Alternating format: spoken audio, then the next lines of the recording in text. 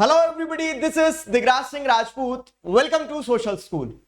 इस वीडियो से एक नया चैप्टर स्टार्ट करने वाले हैं, क्लास 12th ज्योग्राफी का चैप्टर। और इस चैप्टर का नाम है geographical perspective on selected issues and problems. Last chapter है टर्म 2 के सिलेबस का। ये जो चैप्टर है ना, ये बेसिकली बहुत इन जनरल चैप्टर है, बहुत सारी केस स्टडीज से भरा हुआ है। यहां पे आपको एक बेसिक चीज का ध्यान रखना होगा कि आप जैसे इन्वायरमेंट में पढ़ते हो, बेसिकली क्या पढ़ते हो, इन्वायरमेंट में सारी चीजें पढ़ते हैं कि पोल्यूशन हो रहा है, फाइन। अब इन्वायरमेंट और ज्योग्राफी आपको पता ही है कि geography is the mother of all disciplines. तो हर ह्यूमन ज्योग्राफी को जब आप पढ़ते हो तो उसमें इन्वायरमेंटल साइंस से कनेक्ट होता है ज्योग्राफी का। क्लियर हुआ? तो बेसिकली ये इन्वायरमेंट और ज्योग्राफी के बीच के संबंध को दर्शाता है कि किस तरह से जो इन्वायरमेंटल पोल्यूशन हो रहे हैं, ठीक है, इन्वायरमेंटल पोल्यूशन आ रहे हैं, कुछ सेलेक्टेड इश्यूज हैं जैसे लैंड डिग्रेडेशन हो गया, ठीक है, इन प्रॉब्लम्स पे ज्योग्राफिकल पर्सपेक्टिव क्या है, कि ज्योग्राफी के पर्सपेक्टिव से अगर देखोगे तो क्या डिसएडवांटेजेस हो रहे हैं, ठीक है। ह्यूमन ज्योग्राफी के हिसाब से देखोगे तो क्या अर्बन एरियाज है, क्या रूरल एरियाज है, कहां ज्यादा समस्याएं जा रही है। तो वो चश्मा आपको पहनना है और उस हिसाब से सारे टॉपिक्स को समझना है, चैप्टर को बहुत अच्छे से समझना है। बेसिकली यह जो वीडियो होने वाला है ये एक इंट्रोडक्टिव वीडियो होगा जिसमें मैं आपको चैप्टर की थीम बताऊंगा और ये बताऊंगा हम कौन कौन से टॉपिक्स पढ़ने वाले हैं। सिंपल, ठीक है। तो ये सारी चीजें हम इस वीडियो में पढ़ेंगे। तो सबसे पहली चीज, हेडिंग समझ में आई ना? हेडिंग क्या है कि हम ह्यूमन बींग्स हैं, हम क्या करते हैं, एनवायरमेंट के साथ में इंटरैक्ट करते हैं। तो हम एनवायरमेंट के साथ में इंटरैक्ट कर रहे हैं, हम ह्यूमन बींग्स हैं। We are studying everything from the perspective of human geography, ठीक है। तो वही चीज को यहां पे बताया गया कि ह्यूमन बींग्स का, ह्यूमन ज्योग्राफी का एनवायरमेंट के साथ जो इंटरेक्शन है उससे जो प्रॉब्लम्स इमर्ज होकर आ रही है, ठीक है, उससे जो प्रॉब्लम्स इमर्ज होकर आ रही है, जो इश्यूज निकल के आ रहे हैं, ठीक है, तो उनपे एक ज्योग्राफिकल पर्सपेक्टिव आपको मिलेगा। ये चैप्टर का बेसिक एसेंस है, ये चैप्टर का एक बेसिक एसेंस है। और इसी चैप्टर को आपको क्या करना है सब्सिक्वेंटली, मतलब आगे आने वाले वीडियोस में इसी थीम को लेकर आपको पूरे चैप्टर को समझना होगा। क्लियर हुआ? इंपॉर्टेंट चीज एक बता देता हूं कि टेलीग्राम चैनल की लिंक आपको डिस्क्रिप्शन में दी है, ठीक है, यहां से आप टेलीग्राम चैनल ज्वाइन कर सकते हैं। साथ ही साथ अनअकैडमी ऐप जरूर से डाउनलोड कीजिएगा, जहां से आप ये नोट्स वगैरह सब कुछ डाउनलोड कर सकते हैं, जहां पर आपको क्या मिल जाएंगे, क्विज मिल जाएंगे, पोल्स मिल जाएंगे, लाइव क्लासेस होती हैं, स्पेशल क्लासेस, उन सारी चीजों में आप पार्टिसिपेट कर सकते हो, अनअकैडमी ऐप को एक्सप्लोर कर सकते हो using the code DIGRAJ Digraj. Clear हुआ? चलिए आगे बढ़ते हैं। एनवायरमेंटल पोल्यूशन, तो ये जो आपका पार्ट है geographical perspective and selected issues and problems, तो इसमें कुछ एनवायरमेंटल प्रॉब्लम्स होती हैं, एनवायरमेंटल पोल्यूशंस होते हैं। एनवायरमेंटल पोल्यूशन क्या होता है कि बेसिकली जो प्रकृति है, तो इस एनवायरमेंट को आप क्या कर रहे हैं, पल्यूट कर रहे हैं। पल्यूट कैसे? तो वो ह्यूमन एक्टिविटीज से हो सकता है, ठीक है, वो नेचुरल एक्टिविटीज से भी हो सकता है, ठीक है। जहां पे आप क्या देख रहे हैं कि आप कहीं ना कहीं एनवायरमेंट को डैमेज पहुंचा रहे हो, तो वो एनवायरमेंटल पोल्यूशन है। अब यही एनवायरमेंटल पोल्यूशन इश्यूज और प्रॉब्लम्स की कैटेगरी में आएगा, ठीक है। तो कौन कौन से तरह के पोल्यूशन है वो हम पढ़ेंगे और उसी पे आपको एक ज्योग्राफिकल पर्सपेक्टिव यहां देखने को मिलेगा। Is that clear? फाइन। तो environmental pollution results from the release of substances and energy from waste products of human activities, ठीक है। तो यहां पे आपको क्या देखना होगा कि एनवायरमेंटल पोल्यूशन जो है results from the release of substances and energy from waste products of human activities. तो ह्यूमन एक्टिविटीज जो है, ह्यूमन एक्टिविटीज से जो वेस्ट प्रोडक्ट निकल रहा है, वो वेस्ट प्रोडक्ट हो सकता है हमारी इंडस्ट्रीज जो हम चला रहे हैं, वहां से क्या है, हार्मफुल केमिकल एफिलेंट्स वगैरह निकल रहे हो, ठीक है। वेस्ट प्रोडक्ट हम जैसे मान लीजिए फार्मिंग कर रहे हैं तो पेस्टिसाइड, केमिकल, फर्टिलाइजर्स डाल रहे हैं, तो वो जो बह के फ्रेश वाटर में मिल जा रहा है, तो वो भी एक तरह का वेस्ट प्रोडक्ट है जो इन्वायरमेंट को पोल्यूट कर रहा है। तो इस तरह से इन्वायरमेंटल पोल्यूशन होता है, ठीक है। It results from the release of substances and energy from the waste products of human activities. There are many types of pollution. अगर आप जिस देखोगे तो इन्वायरमेंटल पोल्यूशन में एक नहीं, एक से अनेक तरह के पोल्यूशन है। They are classified on the basis of medium through which pollutants are transported and diffused, ठीक है। और आप जैसे समझोगे इन्वायरमेंटल पोल्यूशन जो है उसको आप किस मीडियम पे क्लासिफाई करते हैं, through they are transported and diffused. तो कैसा पोल्यूशन हो रहा है, वो पोल्यूशन एयर पोल्यूशन है, एयर के थ्रू पोल्यूशन फैल रहा है, वो पोल्यूशन वाटर पोल्यूशन है, पानी के रास्ते फैल रहा है, वो पोल्यूशन लैंड पोल्यूशन है या नॉइज पोल्यूशन है, कैसा पोल्यूशन है, उस चीज को यहां पे हाईलाइट किया गया है। अभी आपको कितनी चीजें समझ में आई है कि बेसिकली आप ज्योग्राफिकल पर्सपेक्टिव देखने वाले हैं किस पे, सिलेक्टेड इश्यूज और प्रॉब्लम्स पे। अभी सिलेक्टेड इश्यूज और प्रॉब्लम्स जो है तो उसको ब्रॉडली आप इन्वायरमेंटल पोल्यूशन के नाम से, इन्वायरमेंटल पोल्यूशन के नाम से आइडेंटिफाई कर सकते हो। अब इन्वायरमेंट पोल्यूशन आपको ये पता है कि ह्यूमन एक्टिविटीज से जो वेस्ट जनरेट हो रहा है उससे इन्वायरमेंट पोल्यूशन होगा। अब ये इन्वायरमेंट पोल्यूशन को आप on the basis of pollutants transported and diffused आप अलग अलग तरह के पोल्यूशन देखते हैं इन्वायरमेंट में, जैसे एयर, वाटर, लैंड, नॉइस। और एयर, वाटर, लैंड, नॉइस, ये जो सारे पोल्यूशन हैं इन्हें हम क्या करेंगे, एक एक करके समझेंगे चैप्टर में। तो यही सारे टॉपिक्स हम पढ़ने वाले हैं। कौन से? Water pollution, air pollution, noise pollution, urban waste disposal. ठीक है, तो बेसिकली आप यहां देखोगे ना तो वाटर, एयर, नॉइस, ये 3 पोल्यूशन हो गए। लैंड पोल्यूशन में लैंड डिग्रेडेशन और केस स्टडी झाबुआ की पढ़ लोगे तो 4 पोल्यूशन हो गए। और बेसिकली ये अर्बन और रूरल एरियाज के बीच में कंपैरिजन बहुत अच्छा है यहाँ पे है। जैसे आप देखोगे अर्बन वेस्ट डिस्पोजल, तो अर्बन सेंटर्स में बहुत ज्यादा, क्योंकि अर्बन सेंटर्स में पॉपुलेशन ज्यादा है, पॉपुलेशन ज्यादा होने के कारण वेस्ट वो जनरेट करते हैं। तो वेस्ट जो जनरेट करते हैं उसका क्या मतलब वो वेस्ट किस तरह से उसे ट्रीट किया जाना चाहिए, किस तरह से डिस्पोज किया जाना चाहिए। केस स्टडी दी है दौराला की है यहाँ पे। ठीक है, तो दौराला की इस केस स्टडी के एग्जांपल से हम समझेंगे। केस स्टडीज बेसिकली आपको स्टोरी बताएगी कि कहां पे क्या हुआ है, तो वो आप खुद भी पढ़ के कर सकते हैं, बाकी मैं आपको समझाऊंगा। ठीक है, तो अर्बन वेस्ट डिस्पोजल हो गया। रूरल अर्बन माइग्रेशन, ठीक है, केस स्टडी ऑफ रमेश। अब क्या हो रहा है ना, आप geographical perspective on selected issues and problems देख रहे हैं। तो पोल्यूशन क्या हो रहा है, पोल्यूशन के पीछे का कारण यह कि सिटीज ओवर क्राउड हो रही है। सिटीज ओवर क्राउड क्यों हो रही है, क्योंकि रूरल एरिया से लोग अर्बन सेंटर्स में मूव कर जा रहे हैं। ठीक है, तो वहां पे रमेश के केस स्टडी से चीजें समझाई गई है, कुछ कमेंट्स है वहां पे, वो हम पढ़ेंगे एक। ठीक, और फिर प्रॉब्लम ऑफ स्लम्स। अब जब लोग माइग्रेट करके आ रहे हैं तो सिटीज में पोल्यूशन क्यों बढ़ रहा है, तो सिटीज में पोल्यूशन देखोगे नो डाउट हम क्या कर रहे हैं, यहां सिलेक्टेड इश्यूज में हमने स्लम्स को उठा लिया है, लेकिन बड़ी बड़ी इंडस्ट्रीज वगैरह ये भी पोल्यूशन तो करती है ना। लेकिन जैसे आप सीक्वेंस को पकड़ोगे तो अर्बन एरियाज में ओवर क्राउडेड होने के कारण क्या है, पोल्यूशन ज्यादा हो रहा है।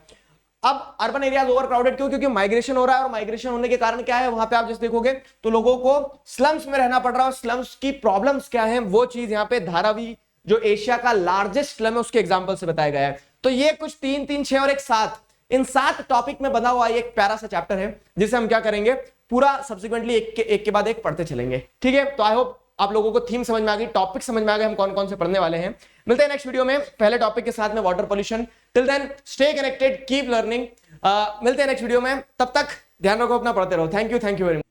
Hello everybody, this is Digraj Singh Rajput, welcome to social school. इस वीडियो में हम क्या पढ़ने वाले हैं, इस वीडियो में हम पढ़ेंगे वाटर पोल्यूशन के बारे में। पिछले वीडियो में हम लोगों ने चैप्टर की एक ब्रॉड थीम समझी कि चैप्टर किस बारे में है, हम कौन कौन से टॉपिक्स इस चैप्टर में पढ़ने वाले हैं। अब यहां पे हम पहला पोल्यूशन उठाते हैं जो है वाटर पोल्यूशन। वाटर पोल्यूशन से क्या समझ में आता है, बहुत सिंपल लेमन डेफिनेशन में अगर आपसे पूछता हूं तो सिंपल सी चीज है कि वह पोल्यूशन जिससे हमारा वाटर बॉडी जो है वो खराब हो रही है। क्यों खराब होती है, क्या कंसिक्वेंसेस होते हैं, ये जितने भी सवाल है आपके मन में, सारी चीजें आपको इस वीडियो में क्लियर हो जाएगी। तो here in this chapter geographical perspective on selected issues and problems, जो पहला इशू, पहला प्रॉब्लम उठा रहे हैं, जो पहला इन्वायरमेंटल पोल्यूशन उठा रहे हैं हम, वो है वाटर पोल्यूशन। वाटर पोल्यूशन को इत्मीनान से समझते हैं। टेलीग्राम चैनल की लिंक आपको डिस्क्रिप्शन में दी हुई है, टेलीग्राम चैनल जरूर से ज्वाइन कर लीजिएगा, जहां आपको अपडेट्स मिलते रहेंगे कब कौन सा सेशन आने वाला है। साथ ही साथ अनअकैडमी ऐप जरूर से डाउनलोड करना, जहां पर आपको ये चैप्टर के नोट्स मिल जाएंगे, पीडीएफ आप डाउनलोड कर सकते हैं। स्पेशल क्लासेस होते हैं, क्विज होते हैं, पोल्स होते हैं, मल्टीपल फीचर्स है। इन सभी फीचर्स को आप एक्सप्लोर कर सकते हैं using the code DIGRAJ Digraj. Fine, देखिए क्या है वाटर पोल्यूशन। आपको सिंपल सी चीज समझना होगा, indiscriminate use of water by increasing population and industrial expansion has lead a degradation of the quality of water considerably. अब जब क्या हुआ, जब आपने देखा कि पॉपुलेशन बॉम्ब की तरह फूटा है, इतनी पॉपुलेशन बढ़ गई है, सभी को पानी चाहिए, ठीक है, जल ही जीवन है, लेकिन अब समझ नहीं पा रहे हम कि जल ही जीवन है। क्लियर हुआ। उसी के साथ साथ इंडस्ट्रीज एक्सपैंड होते चलेगी, इंडस्ट्रीज के ऑपरेशन में भी पानी लगता है, तो वो इंडस्ट्रीज क्या कर रही है, फ्रेश वाटर सोर्सेज जो उन्हें पॉल्यूट कर रही है, उन्हें खराब कर रही है। तो इस तरह से क्या हो रहा है, ये indiscriminate use of water by increasing population and industrial expansion, इसके कंसिक्वेंसेस ये देखने को मिलते हैं कि क्वालिटी ऑफ वाटर जो है कंसिडरेबली गिरी है, खराब हुई है। ठीक है, surface water available from rivers, canals, lakes etcetera is never pure. जो सरफेस वाटर होता है वो कभी भी उतना प्योर नहीं होता, उतना साफ नहीं होता, उतना शुद्ध नहीं होता है। क्यों? क्योंकि हर मतलब जो भी आपको पानी देखने को मिल रहा है, नदी में पानी, झरने में पानी, हर पानी में थोड़े थोड़े पार्टिकल्स होते हैं। ठीक है, तो it contains small quantities of suspended particles, organic, inorganic substance, and we are okay with that. क्या हो रहा है ना कि जैसे आप क्या कर रहे हो, आप पानी पी रहे हो, पानी के साथ में आपने क्या कर लिया, 2 बैक्टीरिया पी लिए, तो आपका इम्यून सिस्टम मजबूत ही होना है, खराब नहीं होना है वहां पे कुछ। तो उस तरह से क्या है, उस तरह से आप देखोगे तो वो ठीक है, मतलब थोड़ा सा अगर उसमें सस्पेंडेड पार्टिकल्स है तो चलेगा। लेकिन समस्या तब होती है जब क्या होता है, ये जो कंसंट्रेशन है ऑर्गेनिक, इनऑर्गेनिक सब्सटेंसेस का, सस्पेंडेड पार्टिकल्स का, ठीक है, ये बढ़ने लगता है। When concentration of these substances increases, the water becomes polluted and hence become unfit for use। ठीक है, और उसी के चलते क्या होता है, वो हमारे ह्यूमन यूज के लिए अनफिट हो जाता है, मतलब हम उसको इस्तेमाल नहीं कर सकते, हम करेंगे इस्तेमाल तो बीमार पड़ जाएंगे, तब समस्या आती है, तब वाटर पोल्यूशन वाली सिचुएशन डेवलप होती है। समझ में आया ना कड़ी क्या चल रही है। तो in such a situation the self purifying capacity of water is unable to purify the water. और इनफैक्ट क्या होता है कि वाटर के अंदर एक रीजनरेशन कैपेबिलिटी रहती है कि वो अपने आप को सेल्फ प्यूरिफाई करता रहता है। वाटर बॉडीज है, जैसे मछलियां हैं, मछलियां पानी के अंदर से पॉल्यूटेंट्स को खाती रहती है, वो सारी चीजें चलती रहती है। लेकिन जब हम क्या करते हैं, नेचर का अपना साइकिल है, प्रकृति अपनी गति से चलती रहती है, हम जब सो कॉल्ड समझदार इंसान क्या करते हैं, इंटरवीन करने लगते हैं ना उस साइकिल में, तब प्रॉब्लम्स क्रिएट होती है। और जब हम क्या करते हैं, पोल्यूशन बढ़ा देते हैं, जब हम क्या कर सकते हैं, जब हम क्या करते हैं, एक तरह से वेस्ट डंप करना स्टार्ट कर देते हैं, तो वाटर जो है अपनी रीजनरेशन कैपेबिलिटी से ज्यादा पोल्यूट होने लगता है और उसके चलते फिर क्या है, डिग्रेडेशन होता है। ठीक है, ये आप जो देख रहे हो ना, तो यहाँ पे कहीं पे ऐसा नहीं है कि क्या बोलते हैं बर्फ वगैरह होगी कुछ और वहां पे लोग क्या कर रहे हैं, अपनी बोट चला रहे हैं। ये बेसिकली क्या है, ये यमुना नदी है। ठीक है, वो यमुना नदी जिसका हमारे कल्चर में कितना बड़ा सिग्निफिकेंस है, जहां कृष्ण जी खेले। ठीक है, तो उस यमुना नदी के का एक मतलब आपको सीन दिया गया है। यहाँ पे क्या है, rowing through the pervasive layer of foam, ठीक है, on the heavily polluted Yamuna on the outskirts of New Delhi. New Delhi के पास में यमुना नदी जो है, तो जो पूरा का पूरा क्या है, दिल्ली का कचरा जैसे आपको देखने को मिलेगा यमुना नदी में, तो ये वहां का सीन है कि इतना फोम डेवलप हो गया पानी में, इतना पॉल्यूटेंट है, इतने केमिकल्स हैं। ठीक है, ये उस चीज को दर्शाया जा रहा है। समझ में आया? आगे बढ़ते हैं। तो अगर जैसे देखें तो दो water pollutants are also created from natural sources. Water pollution ऐसा नहीं कि हमेशा से ह्यूमन बीइंग ही कर रहे हैं पोल्यूट। नेचर में ह्यूमंस के आने से पहले से ही क्या हो रहा था, इरोजन प्रोसेस होती है, लैंडस्लाइड्स आते हैं, decay and decomposition of plants and animals आपको देखने को मिलता है। ठीक है, तो ये सारी चीजें भी पानी को पोल्यूट करते ही होंगे। अब एक गाय थी, एक भैंस थी, वो क्या होती है, मर जाती है, नदी में गिर जाती है, तो पोल्यूशन वहां भी हो रहा है। लेकिन मैंने क्या बताया कि रीजनरेशन कैपेबिलिटी होती है वाटर की। लेकिन जब पॉल्यूटेंट्स ह्यूमन एक्टिविटीज के थ्रू बढ़ते चले गए, ठीक है, तो वो एक रियल कॉज ऑफ कंसर्न बने। कैसे? Human beings pollute the water through industrial, agriculture and cultural activities. ध्यान रखना, how human beings are responsible for the pollution of water. तो industrial, agricultural and cultural activities. आपको water pollution due to human activity लिखने को आता है, अगर सवाल क्वेश्चन आता है इस तरह से एग्जाम में, तो ध्यान रखना क्या हो जाएगा कि ह्यूमन एक्टिविटीज कैसे रिस्पॉन्सिबल है। तो among these activities industry is the most significant contributor. Industry से पोल्यूशन होता है, industry is the most significant contributor. आप एक ये पॉइंट लिख सकते हो कि इंडस्ट्रीज एक मोस्ट सिग्निफिकेंट कंट्रीब्यूटर हो जाती है पोल्यूशन के लिए। ठीक है, तो इंडस्ट्रीज क्या करती है, इस तरह से जैसे आप देखेंगे, तो इंडस्ट्रीज कैसे पोल्यूट करती है, वही पार्ट को अगर हम समझे, तो वाटर पोल्यूशन थ्रू इंडस्ट्रीज। ध्यान रहेगा ना चीजें, वाटर पोल्यूशन क्या है, आपने बेसिकली वो देखा। वाटर पोल्यूशन के कारण क्या है, तो नेचुरल फैक्टर्स भी हैं, इरोजन हो गया, लैंडस्लाइड हो गया, डीके, डिकम्पोजिशन, ये सारी चीजें। लेकिन human activities are the real cause of concern. और ह्यूमन एक्टिविटीज में भी इंडस्ट्रियल, एग्रीकल्चर और कल्चरल एक्टिविटीज है। ठीक है, इंडस्ट्रियल, एग्रीकल्चर और कल्चरल एक्टिविटीज। अब इंडस्ट्रियल एक्टिविटीज से कैसे पोल्यूशन होता है, यू ऑल नो दैट। ठीक है, आप सभी को बेहतरीन तरह से पता है कि हम जब इंडस्ट्रीज लगाते हैं तो इंडस्ट्रीज पोल्यूशन का कारण कैसे बनती है। तो industries produce several undesirable products including industrial waste, polluted wastewater, poisonous gases, chemical residuals, numerous heavy metals, dust, smoke, etc. तो इंडस्ट्री से ये सारी चीजें प्रोड्यूस होती है। आपको पता है कि इंडस्ट्री जब ऑपरेट करती है तो वो आपको बना के एक प्रोडक्ट देती है। इस प्रोडक्ट को बनाने में कितना ही वेस्ट भी रिलीज करती है, और वो वेस्ट रिलीज होने के बाद में जब हमारे पास आता है, हमारे पास कैसे आता है, मतलब पानी के रास्ते आता है, नदियों में डंप कर दिया जाता है, तो वो पॉल्यूशन क्रिएट करता है। तो इस तरह से वाटर पॉल्यूशन थ्रू इंडस्ट्रीज आपको समझ में आ रहा है। Most of the industrial waste are disposed of in running water और लेक्स। ठीक है, तो अब आपको क्या देखने को मिल रहा है कि अधिकतर जो आपको इंडस्ट्रियल वेस्ट देखने को मिल रहा है, तो ये रनिंग वाटर और लेक्स में डाल दिया जाता है। Consequently the poisonous element reach the reservoirs, reverse and other water bodies which destroy the bio system of these waters. ठीक है, तो वो क्या होता है, कंसिक्वेंटली आपको ये देखने को मिलता है कि पूरा का पूरा सिस्टम जो है डिस्ट्रॉय हो जाता है। Major water polluting industries are leather, pulp and paper, textile and chemical. तो अगर मेजर वाटर पोल्यूटिंग इंडस्ट्रीज की बात की जाए तो ये इंडस्ट्रीज कौन कौन सी प्रोमिनेंट है, ध्यान रख लेना। ठीक है, कौन कौन सी होगी, लेदर। तो आप जैसे देखोगे कानपुर उत्तर प्रदेश में वो जो बेल्ट है पूरा लेदर इंडस्ट्रीज में, पूरी गंगा नदी को क्या करके रखा है, पोल्यूट करके रखा है।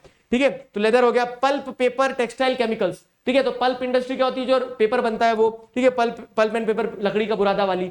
ठीक है, टेक्सटाइल इंडस्ट्रीज कपड़े, तो उसमें डाई कलरिंग वगैरह की जाती है, केमिकल कलर्स वगैरह निकल आते हैं। केमिकल इंडस्ट्रीज अपने आप में केमिकल रिलीज कर देती है। ठीक है, तो ये सारे इंडस्ट्रीज जो है, ये इंडस्ट्रीज इस तरह से वाटर पोल्यूशन के लिए रिस्पॉन्सिबल है। ये पॉइंट आपने देखा। आगे बढ़े, water pollution due to agriculture. Agriculture के हिसाब से अगर वाटर पोल्यूशन की बात की जाए तो various types of chemical used in modern agriculture such as inorganic fertilizers, pesticides and herbicides, ठीक है, are also pollution generating components. अब आप खेती कर रहे हैं, आप बोलेंगे सर वो तो नेचुरल एक्टिविटी है। लेकिन उसमें जब क्या हो रहा है, केमिकल फर्टिलाइजर्स वगैरह डाले जा रहे हैं, पेस्टिसाइड्स वगैरह डाले जा रहे हैं, हर्बिसाइड्स वगैरह डाले जा रहे हैं, तो वो क्या कर रहे हैं, वो केमिकल कंपोनेंट है ना, वो नेचर में मिक्स नहीं होगा। उल्टा क्या होता है कि खेती में जब आप इरिगेशन देते हैं, वही केमिकल फर्टिलाइजर्स क्या करते हैं, पानी के साथ बह के वाटर सोर्सेज में चले जाते हैं, ग्राउंड वाटर टेबल को पॉल्यूट कर देते हैं। तो ये वाला फैक्टर, ये वाला पॉइंट भी आपको ध्यान रखना होगा। तो इस तरह से क्या हो रहा है, वाटर पोल्यूशन एग्रीकल्चर के कारण हो रहा है, ठीक है। These chemicals are wash down to rivers, lakes and tanks. These chemicals also infiltrate the soil to reach the ground water, ठीक है। और यही केमिकल क्या करते हैं, इनफिल्ट्रेट कर जाते हैं कहां तक, these chemicals are washed down to rivers, lakes and tanks. These chemicals also infiltrate the soil to reach the ground water. ground water तक पहुंच के वो क्या करते हैं, वहां पे पूरी तरह से एक तरह से क्या कर देते हैं, उसको वाटर टेबल को खराब कर देते हैं, ठीक है। Fertilizer induced and increase in the nitric content of surface water, ठीक है। तो सरफेस वाटर जो रहता है उसके अंदर फर्टिलाइजर्स में आपको पता है क्या होता है, पोटास होता है, ठीक है, मतलब पोटेशियम होता है, नाइट्रेट होता है। तो ये सारा क्या कर देता है, जो सरफेस वाटर है उसके अंदर अपनी क्वांटिटी बढ़ जाती है, नाइट्रेट वगैरह इन सारी चीजों की, तो उससे भी surface water fit for human unfit for human consumption हो जाता है।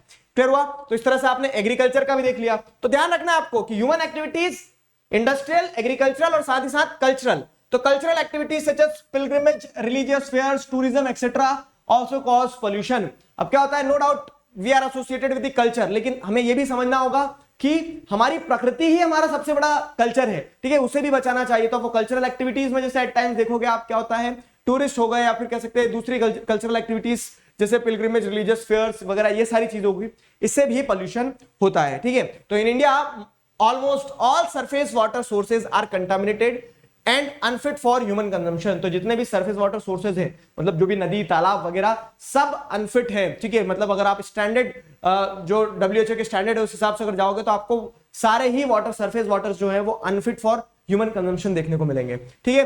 टॉपिक्स बहुत सिमिलर है, मतलब आप इस 6th-7th क्लास से पढ़ते आ रहे हो, वही टॉपिक पोल्यूशन वगैरह घुमा के फिर आ गए आपके पास, ठीक है। तो अगर इस पे क्वेश्चन आते भी तो इन मोस्ट ऑफ द केसेस आप अपने मन से बिना कुछ पढ़े हुए लिख सकते हो, लेकिन आपको एक रेफरेंस फिर भी लेना चाहिए, पढ़ते चलना चाहिए, ठीक है। अब अगर बात करें कि वाटर पोल्यूशन तो हो गया, लेकिन इसके कंसिक्वेंसेस क्या है, मतलब इसके दुष्प्रभाव क्या है हमारे ऊपर। तो अगर कंसिक्वेंसेस की बात करें तो water pollution is a source of various water borne diseases.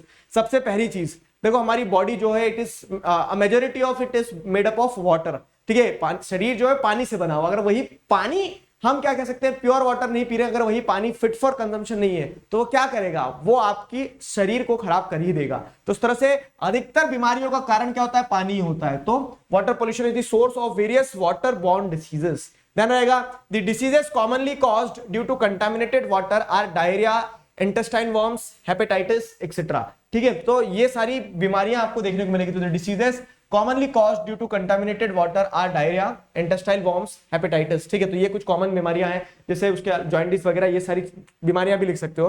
The World Health Organization shows that about 1/4 of communicable diseases in India are waterborne, ठीक है। वर्ल्ड हेल्थ ऑर्गेनाइजेशन इस चीज को रिकॉग्नाइज करता है, WHO बताता है कि जो कम्युनिकेबल डिसीजेज हैं, ठीक है, इंडिया में जितने भी कम्युनिकेबल डिसीजेज फैल रही है, उसकी 1/4 डिसीजेज जो है वो वाटरबॉर्न है, वो पानी, खराब दूषित पानी से निकल के आती है, ठीक है।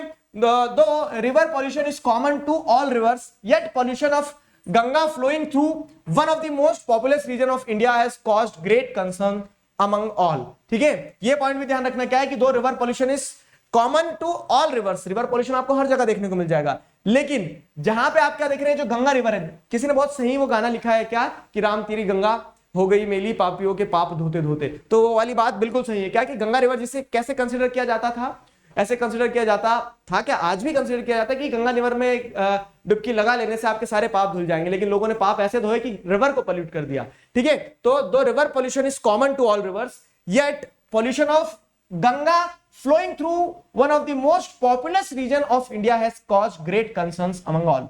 क्यों, उसके पीछे का कारण समझो। कहां से गंगा रिवर बहते हुए जाती है आपको पता है। जैसे अगर आप जैसे देखोगे इंडिया का मैप, इंडिया के मैप में ये वाला जो रीजन है यहाँ, ठीक है, भागीरथी और कह सकते हैं अलकनंदा मिलती है देवप्रयाग में, वहां से वो बहते हुए जाती है इलाहाबाद, ये पूरा उत्तर प्रदेश, बिहार, वेस्ट बंगाल ऐसे निकलती है। तो ये वाला जो पूरा रीजन है ना, उत्तर प्रदेश, बिहार, वेस्ट बंगाल, ये most populous region in the world है। इन दी वर्ल्ड बात बता रहा हूँ, इंडिया छोड़ो, ठीक है, यहाँ पे पॉपुलेशन डेंसिटी बहुत ज्यादा है, तो इस पूरे रीजन में अब क्या होता है, बहुत ज्यादा पॉपुलेशन है, तो ये बहुत ज्यादा पॉपुलेशन क्या करती है, अपने सारे पाप इस नदी में ही धो देती है, ठीक है। और उसके चलते आप क्या देखते हो कि गंगा रिवर का पॉल्यूशन होना, क्योंकि लाइफलाइन मतलब जैसे लाइफलाइंस ऑफ नेशनल इकोनॉमी को अगर आप समझोगे तो national waterway number 1 Ganga river पे है, ठीक है। गंगा रिवर में वॉल्यूम जो है, वॉल्यूम ऑफ वाटर जो है वो बहुत ज्यादा है, ठीक है। पेरिनियल रिवर है तो इस कारण से क्या होता है, उससे बहुत सारी एक्सपेक्टेशंस रहती है, लेकिन अगर उसे पॉल्यूट कर दोगे, ठीक है, तो you will miss out a lot, ठीक है। तो वो एक प्रॉब्लम रहती है। तो though river pollution is common to all rivers, yet pollution of Ganga river flowing through one of the most populous region of India has caused great concerns among all। समझ में आया। और इसीलिए गंगा रिवर के रिजनोवेशन के लिए, मतलब कि फिर से उसके रिवाइटलाइज किया जा सके, ठीक, to improve the condition of river, national mission for clean Ganga was initiated. National mission for clean Ganga, ये मिशन को इनिशिएट किया गया था। ये मिशन को इनिशिएट किया गया था, जैसे आपने सुना होगा ना, नमामि गंगे, ठीक है। तो नमामि गंगे प्रोग्राम जो है वो क्या है, बेसिकली उसका ऑब्जेक्टिव क्या था, अगर एक शॉर्ट क्वेश्चन आपका ऐसा आ जाता है क्या, तो आपको ध्यान रखना होगा कि नमामि गंगे प्रोग्राम, ठीक है, Namami Gange program has been initiated for the conservation, for the regeneration of river Ganga. तो Ganga as a river has national importance, but the river requires cleaning by effectively controlling the pollution for its water, ठीक है। बहुत important है, national importance है इस नदी की, तो इसे इफेक्टिवली आपको पॉल्यूशन को चेक करना पड़ेगा, क्लीनिंग पे ध्यान देना पड़ेगा। तो the union government has launched the Namami Gange program with the following objectives. क्या ऑब्जेक्टिव है नमामि गंगे प्रोग्राम के, ये क्वेश्चन बन सकता है। तो developing sewage treatment system in towns, ताकि वो सीवेज ट्रीटमेंट सिस्टम को ऐसे डेवलप करे कि नदी में पानी ना डंप करे लोग, ठीक है। मॉनिटरिंग ऑफ इंडस्ट्रियल एफिलेंट्स, इंडस्ट्रियल एफिलेंट्स को मॉनिटर किया जाए कि वो इंडस्ट्रीज जो है हार्मफुल एलिमेंट्स डंप ना करें। डेवलपमेंट ऑफ रिवर फ्रंट बनाया जाए प्रॉपर्ली, जिस पे आप चेक कर सको कि नदी किधर कहां जा रही है, कैसे जा रही है, कहां कितना उसमें वो कौन वेस्ट डाल रहा है। Afforestation along the river bank to increase biodiversity, ठीक है। बायोडाइवर्सिटी की अगर बात की जाए तो वो जैसे क्या होता है पता है, नदी किनारे अगर पेड़ लगा देते हैं, वृक्षारोपण, तो वो एक बहुत अच्छी मुहिम होती है, जैसे बहुत सारे स्टेट्स में स्टार्ट किया गया था। जैसे मध्य प्रदेश में आप जैसे देखोगे तो क्या है, नर्मदा रिवर के आजू बाजू ये स्टार्ट किया गया था, afforestation along the bank of Narmada river to increase biodiversity. Clear हुआ। क्लीनिंग ऑफ रिवर सरफेस, ठीक है, रिवर सरफेस को क्लीन करना, ठीक, रिवर सरफेस को क्लीन करना भी इसका एक ऑब्जेक्टिव था। डेवलपमेंट ऑफ गंगा ग्राम्स, गंगा ग्राम मतलब क्या है कि जिन जिन गांवों से, जिन जिन शहर से रिवर गंगा बहते हुए जा रही है, तो वहां पे गंगा ग्राम बनाया जाए। तो development of Ganga grams in Uttarakhand, Uttar Pradesh, Bihar, Jharkhand and West Bengal, तो ये सारा डेवलपमेंट होना चाहिए।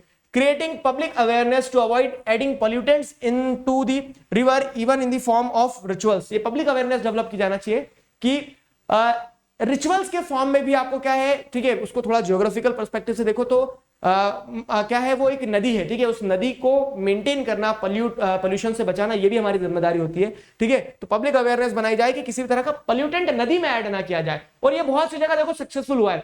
लोग क्या करते थे पहले, लोग ये करते थे कि सारी अगरबत्तियां, सारे नारियल वगैरह सब नर्मदा मतलब नदियों में क्या करते थे, लगा देते थे। तो बहुत सी जगह पे, बहुत सी सिटीज में जो कह सकते हैं रिवर बैंक पे सिचुएटेड है, लोगों ने कैंपेन चलाया कि वो सारे रिचुअल्स के लिए एक अलग स्पेस बना दिया गया, ठीक है। आप जाओ नदी के आगे, हाथ जोड़ो पूरी श्रद्धा से, आप उसको मां मानो, लेकिन उसको पॉल्यूट मत करो, ठीक है, रिचुअल्स के नाम पे। तो वो सारे ऐसे अवेयरनेस वगैरह डेवलप किए गए। क्लियर हुआ।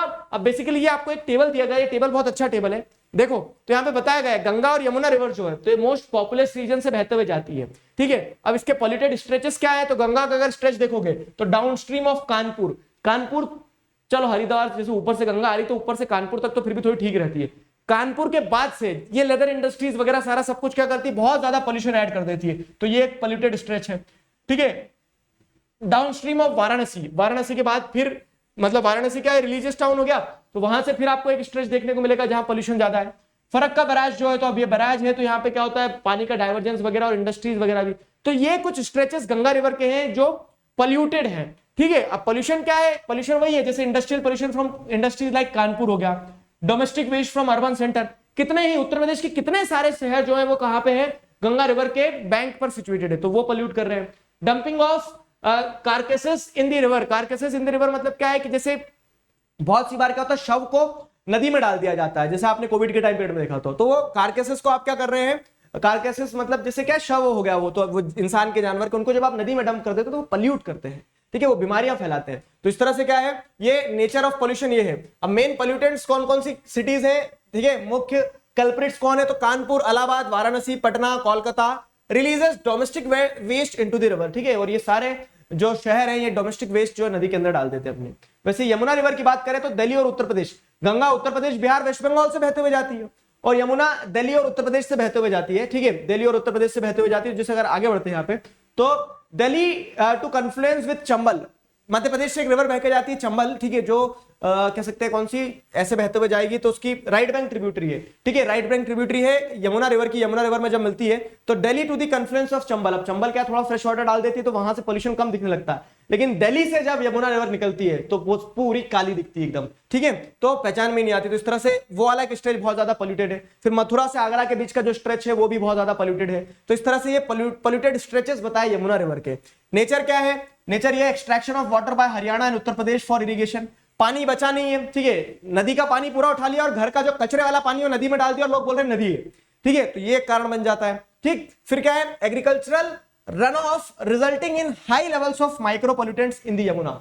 ठीक है, एग्रीकल्चरल रन ऑफ मतलब क्या है कि अब ये हरियाणा पंजाब यहां से जैसे अगर आप देखोगे ना तो हरियाणा उत्तर प्रदेश, सॉरी, ठीक है, हरियाणा उत्तर प्रदेश वाले रीजन से जैसे देखोगे तो एग्रीकल्चरल रन ऑफ आता है, जो खेतों का पानी बह के आता है जिसमें केमिकल्स है, फर्टिलाइजर्स है, वो क्या कर रहा है? माइक्रो पॉल्यूटेंट्स ऐड कर दे रहा है यमुना रिवर में। Domestic and industrial waste of Delhi flowing into the river, अब दिल्ली के लिए क्या हो गया? दिल्ली के लिए एक डंपिंग यार्ड टाइप से हो गई यमुना, तो बहुत सारा वो पूरा वेस्ट यहां पर डाल दिया जाता है। ठीक है, तो ये मेन पोल्यूटर्स क्या है? Delhi dumping its domestic waste. Delhi Yamuna के पोल्यूशन का सबसे बड़ा क्रेडिट किसी को दिया जाता है? ठीक है, मतलब नेगेटिव सेंस में क्रेडिट, तो वो किसको दिया जाता है? दिल्ली को दिया जाता है। ठीक है, तो this was the story about water pollution. Next video में हम क्या करेंगे? इसी तरह से हम एयर पोल्यूशन, नॉइज पोल्यूशन को भी पढ़ते चलेंगे। आई hope you people enjoyed it, आपको सारी चीजें समझ में आई है। अभी के लिए साइन ऑफ करते हैं। Till then stay connected, keep learning, signing off with this, together we can, we will. Thank you, thank you.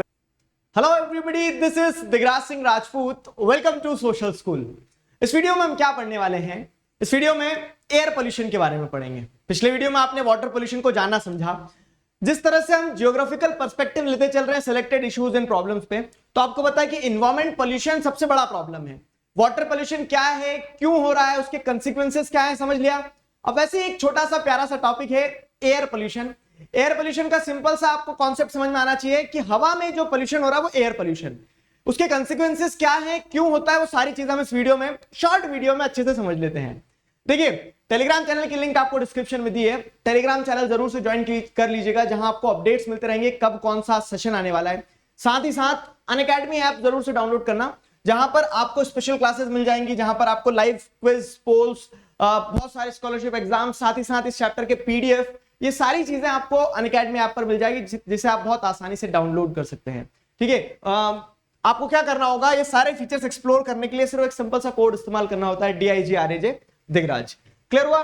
चलिए आगे बढ़ते हैं। तो air pollution is taken as addition of contaminants like dust, fumes, gas, fog, odor, smoke or vapors to the air in substantial proportion and duration that may be harmful to flora and fauna and to property।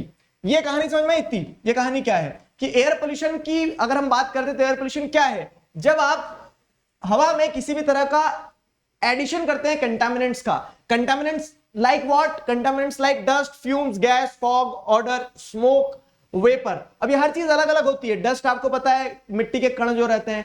Fumes मतलब क्या है? Fumes जैसे आप देखेंगे तो अगर कहीं drainage है तो वहां से जो कह सकते हैं बदबू नहीं कहेंगे, मतलब एक तरह से कह सकते हैं कि वहां से जो कह सकते हैं गैस उठती है वो फ्यूम्स हो गया। ठीक है, गैस, फॉग, ओडर मतलब वो बदबू हो गया, स्मोक। ठीक है, तो इस तरह से क्या है, अलग अलग तरह के पार्टिकल जब आपको इन्वायरमेंट में देखने को मिलते हैं, एयर में पर्टिकुलरली देखने को मिलते हैं। ठीक है, जो कि क्या हो सकते हैं, जो जिनका लंबे समय तक ड्यूरेशन हवा में रहना हमारे लिए हार्मफुल हो सकता है। क्यों? क्योंकि हम इनहेल कर लेते हैं उन्हें। तो इस तरह से क्या होता है? एयर पोल्यूशन होता है। ठीक है, तो with increasing use of varieties of fuels as the source of energy, there is a marked increase in emission of toxic gases into the atmosphere resulting in the pollution of air. ठीक है, आपको क्या देखने को मिल रहा है? Subsequently over the period of time अगर आप देखोगे तो अलग अलग तरह की गैसेस भी जो है वो आ गई है मार्केट में एनर्जी के लिए। ठीक है, तो अब जब सारी गैसेस का जब कंबशन होता है तो वो अलग अलग तरह से क्या करती है? टॉक्सिक एयर मासेस को एमिट करती है। ठीक है, टॉक्सिक गैसेस को रिलीज करती है, एमिट करती है। ठीक है, तो उसके चलते क्या होता है? एटमॉस्फेयर और ज्यादा पोल्यूटेड होते जा रहा है दिन पे दिन। एटमॉस्फेरिक एयर जो हो रही है वो और ज्यादा पोल्यूटेड होती जा रही है। ठीक, combustion of fossil fuels, mining and industries are the main source of air pollution. अभी आपको बेसिक चीज ध्यान रखना है, वाटर पॉल्यूशन में भी आपने इंडस्ट्रियल एक्टिविटीज, एग्रीकल्चरल एक्टिविटीज और कल्चरल एक्टिविटीज को कल्प्रिट ठहराया था। वैसे यहां पे आप देखोगे तो कंबशन ऑफ फॉसिल फ्यूल्स, कोल का जलाना, ठीक है, कोल के बाद में पेट्रोलियम वगैरह ये सारी चीजें, इनका कंबशन होना, माइनिंग, इंडस्ट्रीज, ठीक है, इंडस्ट्रीज जैसे क्या करती है, जो स्मोक स्टैक्स होते हैं कितना धुआं रिलीज करते हैं, ठीक है, तो वो क्या है, मेन कल्प्रिट्स हैं।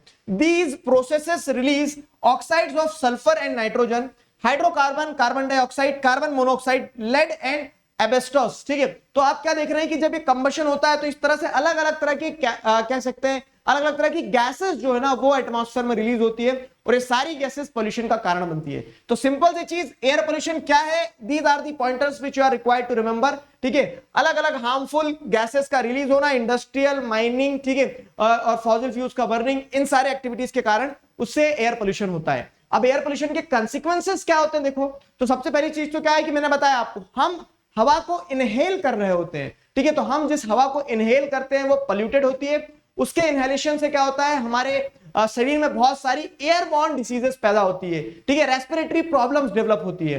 तो वही चीज आपको ध्यान रखना है कि air pollution causes various diseases related to respiratory, nervous and circulatory system, ठीक है, हवा ही हमारे क्या ब्लड, मतलब ब्लड सेल्स जो होते हैं वहां तक ऑक्सीजन पहुंचाती है, ऑक्सीजन, ठीक है, मतलब हम इनहेल करते हैं और वही ऑक्सीजन ब्लड सेल्स तक पहुंचती है, तो वो सर्कुलेटरी सिस्टम तक को खराब करती, इफेक्ट करती है। कि आप देखते हो कितने ही बच्चे जो है आज के समय में क्या उन्हें कह सकते हैं कि ब्रीदिंग रिलेटेड प्रॉब्लम होती है। क्यों? क्योंकि बचपन से ही वो एक पॉल्यूटेड एनवायरनमेंट में रह रहे हैं, स्पेसिफिकली जैसे जो मेट्रो सिटीज वगैरह जहां पे पॉल्यूशन बहुत ज्यादा होता है, तो ये सारी समस्याएं रहती है, ठीक है। Smoky fog over cities called as urban smoke is caused by atmospheric pollution. अब आप क्या देखते हैं कि शहरों में एकदम धुंधलापन रहता है, ठीक है, और ठंड में वो इतना रहता है कि रोड पे आपको सामने वाला इंसान नहीं दिख रहा रहता, ठीक है, तो वो विंटर्स का केस अलग रहता है। लेकिन नॉर्मली भी आपको क्या देखने को मिलता है कि अर्बन सेंटर्स के ऊपर अर्बन स्मोक आपको देखने को मिलेगा, ठीक है। स्मोक मतलब क्या है, जैसे फॉग और स्मोक का एक मिक्सचर रहता है, ठीक है, तो वो आपको जहां देखने को मिलता है तो उससे क्या होता है, आपको एटमॉस्फेयर में पोल्यूशन बड़े स्तर पर देखने को मिलता है,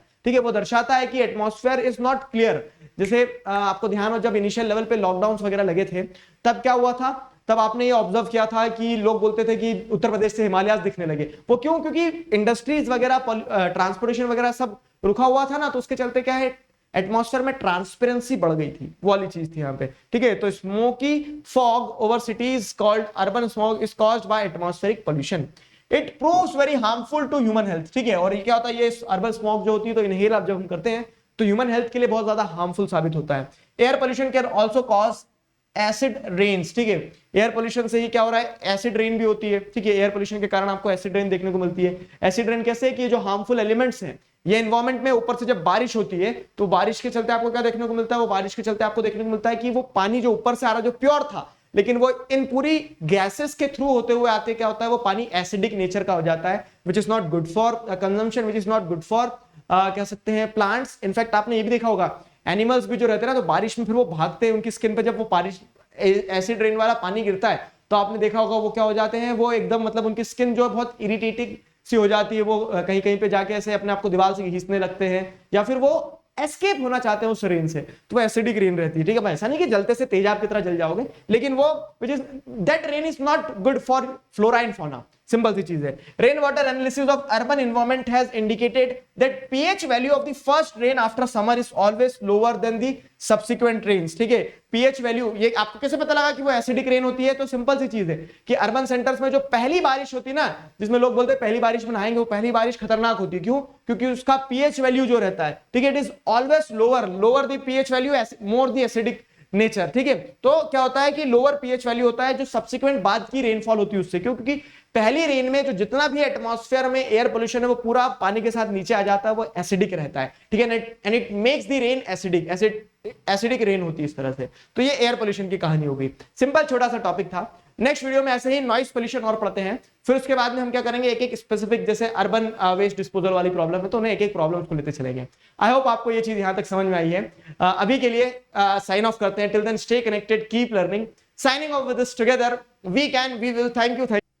hello everybody, this is Digraj Singh Rajput, welcome to social school. इस वीडियो में हम क्या पढ़ने वाले हैं? इस वीडियो में हम पढ़ेंगे नॉइस पोल्यूशन के बारे में। बेसिकली चैप्टर के स्टार्टिंग में मैंने आपको बताया था कि इन्वायरमेंट पोल्यूशन की अगर हम बात करें तो इन्वायरमेंट पोल्यूशन में आपको अलग अलग तरह से पोल्यूशन देखने को मिलता है। वो वाटर पोल्यूशन हो सकता है, वो नॉइस पोल्यूशन हो सकता है, वो एयर पोल्यूशन हो सकता है, लैंड पोल्यूशन हो सकता है। तो वाटर पोल्यूशन और एयर पोल्यूशन हम पढ़ चुके हैं। तीसरा पोल्यूशन हम नॉइस पोल्यूशन यहां पढ़ रहे हैं। लैंड पोल्यूशन को आगे हम स्पेसिफिकली पढ़ते चलेंगे। और तो अब बात करते हैं नॉइस पोल्यूशन की। नॉइस पोल्यूशन क्या होता है? तो बेसिकली आवाज के कारण जो पोल्यूशन होता है, आवाज के कारण पोल्यूशन होता है। जी हाँ, कैसे पोल्यूशन होता है, क्या होता है, वो सारी चीजें सब्सिक्वेंटली आपको वीडियो के एंड तक इस छोटे से प्यारे से वीडियो में समझ में आ जाएगी चीजें। क्लियर हुआ? टेलीग्राम चैनल की लिंक आपको डिस्क्रिप्शन में दी है, टेलीग्राम चैनल जरूर से ज्वाइन कीजिए, जहां आपको अपडेट्स मिलते रहेंगे कब कौन सा सेशन आने वाला है।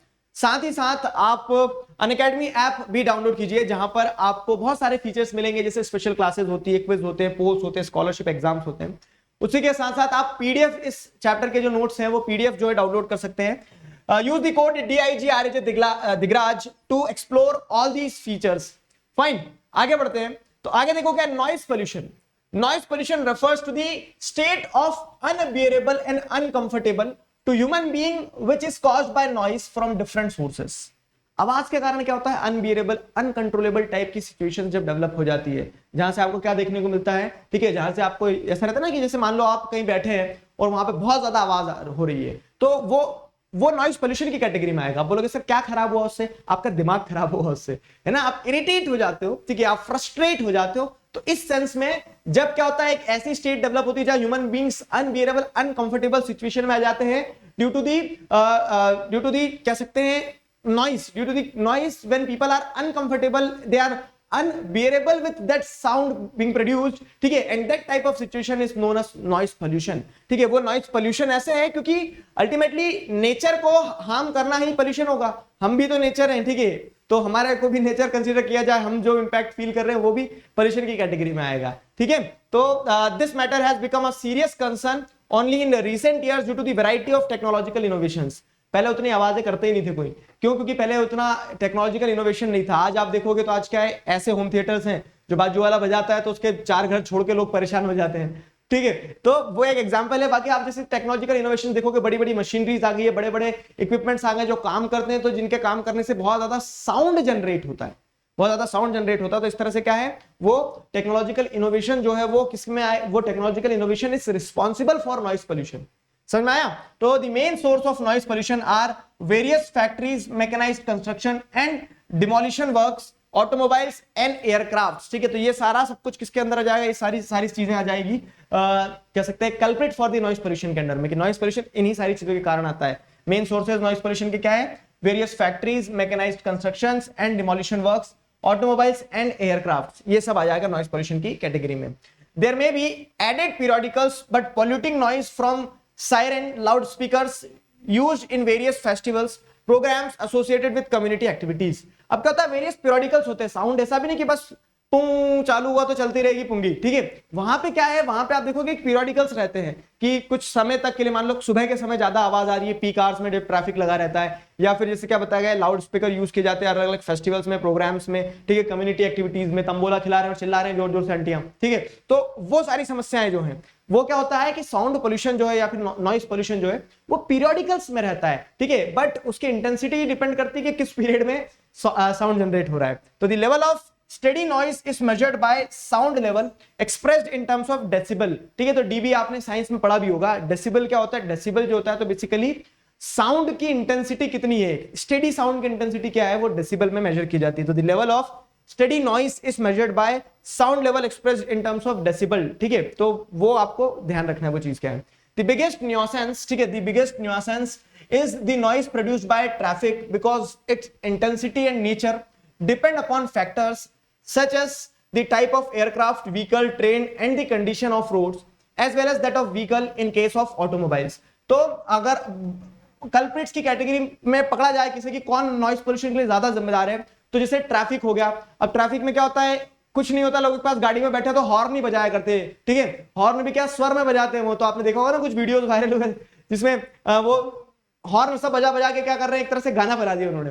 तो वही चीज रहती है कि ट्रैफिक हो गया, ठीक है, its intensity and nature depends on factors such as the type of aircraft. अब ट्रैफिक में भी क्या है कि किस चीज की आवाज, साइकिल बेचारी क्या ही आवाज करेगी, ट्रिंग ट्रिंग घंटी बज सकती है, लेकिन एयरक्राफ्ट है तो जब एयरपोर्ट पे आप देखते हो, जब एक टेक ऑफ करता है एक प्लेन, कितना भयंकर साउंड जनरेट होता है। ठीक है, व्हीकल हो गया, व्हीकल भी क्या है, छोटे बड़े बड़े ट्रक रहते हैं तो जिसमें जट यमला पगला बना के वो साउंड बजता है, तो कितना ज्यादा साउंड जनरेट करता है। तो ये मतलब कि जो बिगेस्ट न्यूसेंस क्रिएट करता है, जो साउंड प्रोड्यूस करता है, साउंड पोल्यूशन में रिस्पॉन्सिबल है, वो ट्रैफिक है। अब ट्रैफिक में भी क्या है, it depends on the types of aircraft, vehicle, train and condition of road as well as that of vehicle. ठीक है, तो रोड की भी कंडीशन पे डिपेंड करता है। क्या बोलते हैं कि रोड बहुत खराब है तो ट्रैफिक बहुत ज्यादा लगा रहता है, तो हॉर्न ज्यादा होंगे, हॉन्किंग ज्यादा होगी। ठीक है, इसीलिए स्कूल के पास आप क्या देखते हैं कि रोड कैसा भी हो लेकिन वो नो हॉर्न का वो लगा देते, क्योंकि बच्चे अंदर पढ़ रहे हैं, वो इरिटेट होंगे। ठीक है, अब उन्हें क्या पता बाहर की, जितना बाहर साउंड नहीं हो रहा उससे ज्यादा अंदर बच्चे क्लास में करते हैं जब टीचर नहीं रहता है। ठीक है, वो केस रहता है। फिर क्या है, in sea traffic the noise pollution is confined to the harbour due to the loading and unloading activities being carried. अब जैसे जो समुद्र वाला मतलब पोर्ट एरियाज रहते हैं, वहां पे क्या है, वहां पे भी नॉइज पोल्यूशन कैसे होता है, आपने देखो ना, सायरन बजते बार बार लोडिंग अनलोडिंग के लिए, हाँ पार्क कर दो, शिप आ गई है, सामान चढ़ा दो, सामान उतार दो, तो वो सब कुछ वो वहां पे उस रीजन में क्या है, लोडिंग अनलोडिंग एक्टिविटीज के चलते साउंड जनरेट होता है। इंडस्ट्रीज भी साउंड पोल्यूशन के लिए रिस्पॉन्सिबल होती है। ठीक है, तो industries cause noise pollution but with varying intensity depending upon the type of industry. अब किस तरह की इंडस्ट्री है, कंस्ट्रक्शन इंडस्ट्री है तो ज्यादा साउंड पोल्यूशन करती है, समझ में आया। मान लो कोई इंडस्ट्री क्या है, कोई इंडस्ट्री जैसे टीचिंग इंडस्ट्री है मान लो, ठीक है, तो यहाँ पे क्या होता है एडटेक में, अब मैं जितना बोल रहा हूँ उतना ही बोल रहा हूँ बस, इसके अलावा कोई साउंड नहीं है। ठीक है, इसके अलावा कोई साउंड नहीं, और इसमें भी तुम्हारे पास पूरा रिमोट है, तुम चाहो तो अपने मोबाइल में क्या कर लो, साउंड कम कर लो। ठीक है, अभी तो मैंने साउंड कम किया, ऐसा नहीं तो आप सोचने लगोगे कि सर के बोलते बोलते अचानक से साउंड कैसे कम हो गया। तो यहाँ पे वापस आते हैं हम। ठीक है, तो इस तरह से क्या है कि नॉइज पोल्यूशन में आपने ये सारे कैटेगरीज देख लिए। और उसके बाद आप अगली चीज देखोगे तो noise pollution is location specific and it's intensity declines with increase in distance from the source of pollution, that is industrial area, arteries of transport, airport. ठीक है, नॉइज पोल्यूशन की एक विशेषता क्या है, जैसे एयर पोल्यूशन क्या है, एयर तो किसी के पकड़ में आई क्या आज तक, नहीं आई ना, तो वो तो क्या है, हर जगह एयर पोल्यूशन होता ही होता है। ठीक है, पोल्यूटेड एयर है तो उड़ के इधर से उधर जाएगी। लेकिन नॉइज पोल्यूशन में विशेषता ये है कि लोकेशन स्पेसिफिक होता है, जहां साउंड जनरेट हो रहा है वहां ज्यादा पोल्यूशन होगा। आप जैसे अर्बन सेंटर्स में ज्यादा साउंड पोल्यूशन, नॉइज पोल्यूशन है, आप दूर चले जाओगे तो नॉइज पोल्यूशन अपने आप कम हो जाएगा। ठीक है, तो the noise pollution is location specific. How, समझ में आया ना। Its intensity declines with the increase in distance from the source of pollution. Source of pollution से जैसे जैसे दूर जाते जाओगे वैसे इंटेंसिटी नॉइज पोल्यूशन की डिक्रीज होती चली जाएगी। जैसे इंडस्ट्रियल एरिया से आप बाहर आ जाओगे, गांव में चले जाओगे, शांति है, वहां आपको चिड़िया की चिरपिंग सुनाई देगी। ठीक है, कोई नॉइज पोल्यूशन नहीं है, वो वाला केस रहता है। Noise pollution is hazardous in many metropolitan and big cities in India। ठीक है, इनफैक्ट अब क्या होता है, जो बड़ी बड़ी बिग सिटीज है, मेट्रोपॉलिटन सिटीज है, यहाँ पे क्योंकि दी सिटी नेवर स्लीप्स। ठीक है, शहर कभी सोता नहीं ना, वो कंटिन्यूसली रात के 12 बज रहे हो, रात के 2 बज रहे हो, 4 बज रहे हो, 1 बज रहे हो, कोई ना कोई बाहर गाड़ी के हॉर्न बजा ही रहा होता है। तो इस तरह से क्या होता है, नॉइज पोल्यूशन जो है और ज्यादा हजार्डियस है मेट्रोपॉलिटन और बड़ी बड़ी सिटीज में। तो this was the story about noise pollution. I hope you people enjoyed it, आपको सारी चीजें समझ में आई बेहतरीन तरह से। तो मैं उम्मीद करता हूं यहां तक चीजें क्लियर है। अब अर्बन वेस्ट डिस्पोजल, वो जो लैंड पोल्यूशन वगैरह वाली सारी चीजें हैं, उन्हें सब्सिक्वेंटली एक एक करके उठाते चलेंगे। केस स्टडीज है अब 2-3, तो चैप्टर के एक अलग जोन में हम जाने वाले हैं, तो पढ़ते रहिए। तब तक अभी के लिए साइन ऑफ करता हूं। Till then stay connected, keep learning, signing off with this, together we can, we will. Thank you very much. Hello everybody, this is Digraj Singh Rajput, welcome to social school. इस वीडियो में हम क्या पढ़ने वाले हैं, इस वीडियो में हम पढ़ेंगे अर्बन वेस्ट डिस्पोजल के बारे में। पिछले वीडियोस में हम लोगों ने पोल्यूशन जो है, अलग अलग तरह के एनवायरमेंटल पोल्यूशन जो है, तो उसमें एयर, वाटर, नॉइस, ये सारे पोल्यूशन को पढ़ लिया। अब basically air, water, noise pollution हो गया। लैंड पोल्यूशन की भी अगर बात करें तो ये सारा पोल्यूशन जो है ना अर्बन सेंटर से ज्यादा ओरिजिनेट होता है। तो वो क्या कहानी है, ये अर्बन वेस्ट कैसे निकलता है, इसको डिस्पोज कहां किया जा रहा है, कैसे किया जा रहा है। ठीक है, पोल्यूशन को चेक करने के लिए क्या कोई केस, मतलब ऐसा है क्या कोई क्लासिकल एग्जांपल है जहां पे कह सकते हैं इकोलॉजिकल रिस्टोरेशन पे फोकस किया हो, तो दोराला की एक एग्जांपल आपको केस स्टडी भी दी गई है। तो वो सारी चीजें हम इस टॉपिक में पढ़ने वाले हैं। ठीक है, बेसिकली अर्बन वेस्ट डिस्पोजल से सिंपल से आपको समझना होगा कि अर्बन एरियाज में जो वेस्ट जनरेट होता है, अर्बन एरियाज में वेस्ट कैसे जनरेट होता है, तो आप इंडस्ट्रीज देख लो, पॉपुलेशन देख लो, तो ये जो पूरा वेस्ट डिस्पोज होता है, मतलब ये पूरा वेस्ट जो जनरेट होता है, ये प्रॉपर्ली डिस्पोज हो रहा है, नहीं हो रहा है, नहीं हो रहा है, क्या समस्याएं, डिस्पोजल कैसे किया जाना चाहिए और क्यों किया जाना चाहिए, उन्हीं सारी चीजों के इर्द गिर्द ये टॉपिक घूमता है। फाइन, तो ये सारा सब कुछ हम इस वीडियो में पढ़ने वाले हैं, समझने वाले हैं। बेसिकली इंपॉर्टेंट चीज ये है कि टेलीग्राम चैनल के लिंक आपको डिस्क्रिप्शन में दिए, जरूर से ज्वाइन कर लेना, आपको वहां सारे अपडेट्स मिलते रहेंगे, कब कौन सा सेशन आने वाला है। साथ ही साथ आप अनअकैडमी ऐप जरूर से डाउनलोड कीजिए, जहां पर आपको स्पेशल क्लासेस मिलेंगी, जहां से आप पीडीएफ डाउनलोड कर सकते हैं, क्विज होते हैं, पोल्स होते हैं, स्कॉलरशिप एग्जाम्स होते हैं, मल्टीपल फीचर्स हैं। इन सभी फीचर्स को आप एक्सप्लोर कर सकते हैं अनअकैडमी ऐप पर using the code DIGRAJ Digraj. Fine, moving on to the next part. देखिए क्या है, Urban areas are generally marked by overcrowding, congestion, inadequate facilities to support the fast growing population and consequent poor sanitary conditions and foul air. Urban areas में अगर आप देखोगे तो ये सारी समस्याएं बहुत कॉमन होगी, ठीक है। आप कॉमनली इन सारी इश्यूज को देख सकते हैं। ओवर क्राउडिंग बहुत ज्यादा क्या है, वहां पे आपको लोग फंसे हुए देखने को मिलेंगे, पॉपुलेशन ज्यादा रहती है, तो पॉपुलेशन डेंसिटी जो होती है ना अर्बन एरिया में बहुत ज्यादा रहती है, ठीक है। ओवर क्राउडिंग, कंजेशन होता है, इनएडिक्वेट फैसिलिटीज होती है, ये सारी चीजें, पुअर सैनिटरी कंडीशंस होती है, फाउल एयर, जिससे अगर आप जाएंगे जहां पे वेल डेवलप्ड सिस्टम ऑफ कह सकते हैं सीवेज वगैरह ये नहीं होता है, तो वहां पे क्या आपको देखना है, नहर मतलब नहर बोल रहा हूँ, रोड जो है, तो रोड पे से क्या गंदा पानी बह के जा रहा होता है, वहीं से बदबू आ रही होती है, सारी समस्याएं रहती है, ठीक है। ये सारी समस्याएं देखने को मिलती है। तो environmental pollution by solid waste has now got significance because of enormous growth in the quantity of waste generated from various sources. Urban waste की कैटेगरी में, मतलब जो शहरों से कचरा निकल के आ रहा है, तो शहरों से जो कचरा निकल के आ रहा है उसमें क्या है, उसमें सॉलिड वेस्ट जो है, तो सॉलिड वेस्ट ने एक बड़ा चंक जो है, कह सकते हैं एक बड़ा शेयर जो है वो ऑक्यूपाई कर लिया है। कैसे निकल के आ रहा है ये सॉलिड वेस्ट, ठीक है। तो ये सॉलिड वेस्ट जो है, तो solid waste refers to variety of old and used articles, for example stained small pieces of metals, broken glassware, plastic containers, polythene bags, ash, floppies, CDs etcetera, dumped at different places, ठीक है। तो ये सारी चीजें आप देख रहे हो ना, तो ये क्या है, पूरा का पूरा सॉलिड वेस्ट है, ठीक है। हर चीज को देखो आप, क्या है, small pieces of metals, broken glassware, plastic containers, polythene bags, ash, floppies, CDs, तो मतलब ये इलेक्ट्रॉनिक वेस्ट भी आ गया उसमें, ठीक है। ये पूरा सॉलिड वेस्ट है। और अब ऐसा भी नहीं कि खाद है जमीन में मिलके क्या हो जाएगा, फर्टिलाइजर बन जाएगा, मैन्योर बन जाएगा, खेतों पे डाल देंगे। ये क्या है, ये ना तो डिकम्पोज हो रहा है, ठीक है, और वो क्या कर रहा है, एनवायरमेंट को पॉल्यूट अलग कर रहा है। तो इस तरह से सॉलिड वेस्ट जनरेट होता है, ठीक है। These discarded materials are also termed as refuse, garbage and rubbish etc. and are disposed of from two sources, ठीक है। अब आप जिस देखोगे तो ये जो कह सकते हैं पूरा का पूरा ये डिस्कार्डेड मटेरियल, ये सारा आपने जो देखा ना डिस्कार्डेड है, कोई यूज का नहीं है, कचरा एक तरह से। अब ये कचरा जो निकल के आता है, तो इसका आप अगर वो देखेंगे तो ये कहां से डिस्पोज हो रहा है, दो सोर्सेस कौन कौन से होते हैं, एक हाउस होल्ड होता है और दूसरा होता है इंडस्ट्रियल, ठीक है। चीजों को बहुत सिंपल लेते चलना। अर्बन वेस्ट डिस्पोजल की हम बात कर रहे हैं, तो कहां से डिस्पोज होता है, मतलब कहां से निकल के आता है। अर्बन वेस्ट क्या होता है, तो अर्बन वेस्ट में आप जैसे देखोगे basically solid waste is a matter of concern. ये सॉलिड वेस्ट कहां से निकल के आ रहा है, तो ये सॉलिड वेस्ट जो है, तो ये हाउस होल्ड और डोमेस्टिक एस्टेब्लिशमेंट से निकल के आता है, दूसरा इंडस्ट्रियल और कमर्शियल एस्टेब्लिशमेंट से निकल के आता है, ठीक है।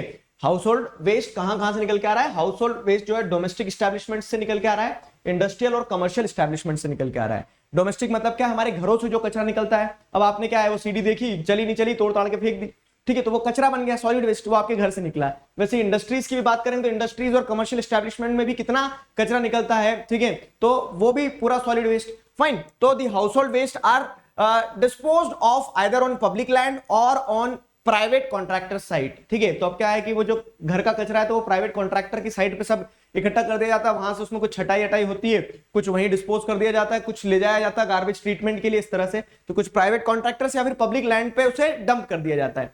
वैसे आप देखेंगे तो इंडस्ट्रियल और कमर्शियल एस्टेब्लिशमेंट जो रहते हैं, तो वहां से जो कचरा निकल रहा है, the solid waste of industrial units are collected and disposed of through public municipal facilities at low lying public grounds, landfill area.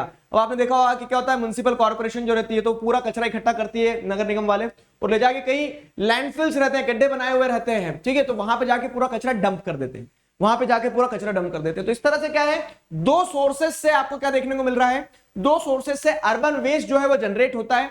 ये जो अर्बन वेस्ट जनरेट हो रहा है दो सोर्सेस से, एक हाउस होल्ड और डोमेस्टिक एस्टेब्लिशमेंट से, दूसरा इंडस्ट्रियल और कमर्शियल एस्टेब्लिशमेंट से, दो जगह से वेस्ट निकल के आ रहा है। अब इनके कंसिक्वेंसेस क्या है, what are the consequences of urban waste. तो अर्बन वेस्ट ये जो जनरेट हो रहा है, सर अच्छी बात है, वो एक आर के लक्ष्मण वाला कार्टून देखा है ना, कि लोग बोलते हैं कि हम सी व्यू के लिए सेकंड फ्लोर पे आए और यहां से हमें हमारे व्यू को ऑब्स्ट्रक्ट कौन कर रहा है, बीच में कचरे का ढेर जो आ गया। तो जैसे जैसे आप ऊपर जा रहे हैं, वैसे कचरे का ढेर भी दुनिया में बढ़ता जा रहा है। इससे समस्या क्या है, ठीक है, अर्बन वेस्ट से समस्या क्या है, तो the huge turnout of Ashes and debris from industries, ठीक है, क्या निकल रहा है, धूल मिट्टी धुआं राख टुकड़े डेब्रीज, ये सारी चीजें इंडस्ट्रीज से निकल रही है। थर्मल पावर हाउसेस से जैसे राख निकलती बहुत ज्यादा। बिल्डिंग कंस्ट्रक्शन और demolition have posed problems of serious consequences, ठीक है। तो ये जो पूरा कचरा निकल के आ रहा है, तो इसमें आप जिस देखोगे एयर पोल्यूशन तो हो रहा है, वो माइन्यूट पार्टिकल्स तो हवा में उड़ गए, उन्हें आप इकट्ठा नहीं कर सकते हो। उसके अलावा भी दूसरी समस्याएं कि इसे कहां डिसमेंटल किया जाए प्रॉपर्ली। सॉलिड वेस्ट, ठीक है, solid waste cause health hazards through creation of obnoxious smell and harbouring of flies and rodents which act as carriers of diseases like typhoid, ठीक है, टाइफॉइड। फिर क्या है, डायप्थीरिया। डायप्थीरिया क्या होता है पता है, डिप्थीरिया जो होता है तो वो गले में ऐसी खराश सी होने लगती है ना, वो डिप्थीरिया, डायरिया, मलेरिया, कोलेरा। तो ये सारी बीमारियां जो आपको देखने को मिल रही है, ये सारी बीमारियां कहीं ना कहीं से कचरे से ही निकल के आती है, ठीक है। कचरे से बीमारी कैसे निकल के आती है, तो अब क्या होता है, सॉलिड वेस्ट जो है तो इससे स्मेल निकल रही है, ठीक है, वो क्या कर रहा है, घर दे रहा है किसको, मक्खियों को, रोडेंट्स को, चूहे वगैरह। अब ये क्या है, मक्खियां और चूहे वो कचरों पे जाके बैठेगी, ठीक है, वहां से बीमारियां लाएगी, आपके घर में उड़ के आएंगे, ठीक है, चल के आएंगे चूहे। चूहे कहां से उड़ के आ जाएंगे, मक्खियां उड़ के आएगी, चूहे चल के आएंगे। तो वो क्या हो रहा है, ये सिर्फ ये अकेले नहीं आ रहे, अपने साथ पूरी बीमारियों की बारात लेके आते हैं, ठीक है। तो वो समस्याएं होती, these are the consequences of urban waste. These waste cause frequent nuisance as and when these are carelessly handled, spread by wind and splintered through the rainwater। अगर आप क्या करते हैं, ये जो कचरा है पूरा अर्बन वेस्ट जो निकल के आया, इसे प्रॉपर्ली हैंडल नहीं कर रहे हो ना, तो ये एक बहुत बड़ा आपके लिए क्या करने वाला है, आपके लिए बहुत बड़ी प्रॉब्लम क्रिएट करने वाला है। कैसी प्रॉब्लम क्रिएट करेगा सर, बेसिकली प्रॉब्लम यहां पे ऐसे क्रिएट होगी कि जैसे हवा के रास्ते, फिर अब क्योंकि प्रॉपर्ली हैंडल नहीं है तो हवा के रास्ते क्या होगा कि वो फ्यूम्स, वो कचरा उड़ के जाएगा, ठीक है। पानी जो है तो पानी के नास, जैसे आपने देखा ना, कभी कभी कचरे के ढेर में बारिश हो जाती है तो पूरा गंदा पानी बह के निकल जाता है वहां से। वो गंदा पानी क्या है, बह के निकलता है, दूर दूर तक उसकी बदबू जाती है, दूर दूर तक क्या कह सकते हैं कि वो बैक्टीरिया लेके जाएगा पूरा, ठीक है। तो इस तरह से क्या है कि ये वेस्ट को अगर प्रॉपर्ली हैंडल नहीं करोगे तो वो और बीमारियों को क्या देगा, निमंत्रण देगा, ठीक है। The dumping of industrial waste into river leads to the water pollution. Simple सी चीज है, अर्बन वेस्ट डिस्पोजल में हम क्या पढ़ रहे हैं कि वो जो हमने 3 पोल्यूशन अभी पढ़ के आए, लैंड पोल्यूशन तो हो रहा है, जमीन पे डाल रहे हो, बाकी एयर, वाटर, नॉइस, ठीक है। नॉइस पोल्यूशन भी जैसे अभी कंस्ट्रक्शन साइट्स वगैरह वेस्ट जनरेट करती है, तो नॉइस पोल्यूशन वैसे भी हो रहा है, ठीक है। तो इस सेंस में आपको क्या देखने को मिल रहा है कि अर्बन वेस्ट से एनवायरमेंटल पोल्यूशन ओवरऑल हर स्फीयर में आपको देखने को मिल रहा है, ठीक है। अच्छी बात नहीं है जो कि, ठीक। River pollution from city based industries and untreated sewage leads to serious health problems downstream, ठीक है। ये पॉइंट भी आपको ध्यान रखना होगा, क्या है कि रिवर पोल्यूशन जो हो रहा है ना सिटी बेस्ड इंडस्ट्रीज से, अनट्रीटेड सीवर जो है, जो आप प्रॉपर्ली ट्रीट नहीं कर रहे हो, वो क्या कर रहा है, कहीं नदी नालों में मिल रहा है, वो सारी समस्या हो रही है, तो वो बहुत हेल्थ हजार्ड जो हेल्थ प्रॉब्लम जो है वो क्रिएट करता है, ठीक है, हेल्थ प्रॉब्लम्स को क्रिएट करता है। अर्बन वेस्ट इन इंडिया, अगर इंडिया के कंटेक्स्ट में अर्बन वेस्ट की बात की जाए तो urban waste disposal is a serious problem in India in metropolitan cities like Mumbai, Kolkata, Chennai, Bengaluru, ठीक है। अब ये कुछ सिटीज के नाम जो दिए गए, देखो दिल्ली नहीं है इसमें, हाँ। तो in metropolitan cities like Mumbai, Kolkata, Chennai, Bengaluru, about 90% of the solid waste is collected and disposed. चलो ये अच्छी बात है कि यहाँ पे मैनेजमेंट है, लेकिन but in most of the other cities and towns in country about 30 to 50% of the waste generated are left uncollected which accumulate on streets, in open spaces between houses and in wasteland leading to serious health hazards, ठीक है। तो फिर क्या है, 30 से 50% तो कचरा रहता है, तो उस तरह से क्या है, ओपन स्पेसेस में लिटर्ड रहता है इधर उधर, और उसके चलते क्या वो हेल्थ हजार्ड्स और प्रॉब्लम्स क्रिएट करता है। This waste should be treated as resource and utilized for generating energy and compost. ये क्या हो गया सर, जी हाँ, देखो अब जैसे क्या होता है, बहुत सारा बायोडिग्रेडेबल वेस्ट होता है, तो उसको क्या किया जाए, जैसे जो सब्जी वालों का कचरा है, ठीक है, जो मछली मार्केट वगैरह यहाँ से कचरा आ रहा है, तो इस वेस्ट का क्या है, इस वेस्ट का इस्तेमाल किया जाना चाहिए, ठीक है, उसको प्रॉपर्ली यूटिलाइज किया जा सकता है एनर्जी और कंपोस्ट बनाने के लिए, ठीक है। इनफैक्ट क्या होता है, जैसे जो कचरा रहता है तो उसको भी क्या है, प्रॉपर्ली ट्रीट करके उससे भी एनर्जी प्रोड्यूस की जा सकती है, ठीक है, थर्मल एनर्जी प्रोड्यूस की जा सकती है। तो वेस्टर्न कंट्रीज में से मॉडल्स हैं भी, इनफैक्ट इंडिया में भी आप देखोगे कहीं कहीं पे लिमिटेड स्केल पे कुछ कुछ नगर निगम जो है, कुछ कुछ म्यूनिसिपैलिटीज जो है, म्यूनिसिपल कॉर्पोरेशन जो, उन्होंने ये काम करना स्टार्ट किया है।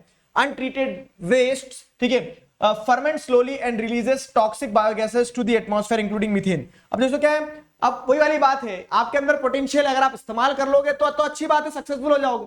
पोटेंशियल नहीं है तो क्या, वो वेस्ट तो होना ही है। उल्टा वो क्या होगा कि वो पोटेंशियल आप गलत डायरेक्शन में इस्तेमाल करने लगोगे, ठीक है। मान लो कि आप बहुत अच्छे रनर थे, आप चाहते तो ओलंपिक्स में मेडल ला सकते थे, लेकिन आप क्या करोगे, आप बेसिकली क्या है, अपनी पोटेंशियल का इस्तेमाल करोगे, आप बहुत अच्छे वो बन गए, धूम 4 के चोर, ठीक है। तो उस केस में यहाँ पे वही बताया गया कि ये जो वेस्ट रहता है ना, तो वेस्ट क्या कर रहा है, ये वेस्ट धीरे धीरे फर्मेंट होता है, सड़ता है, सड़ने के बाद में क्या होता है, टॉक्सिक बायोगैसेस एटमॉस्फेयर में रिलीज करता है, जैसे मीथेन वगैरह।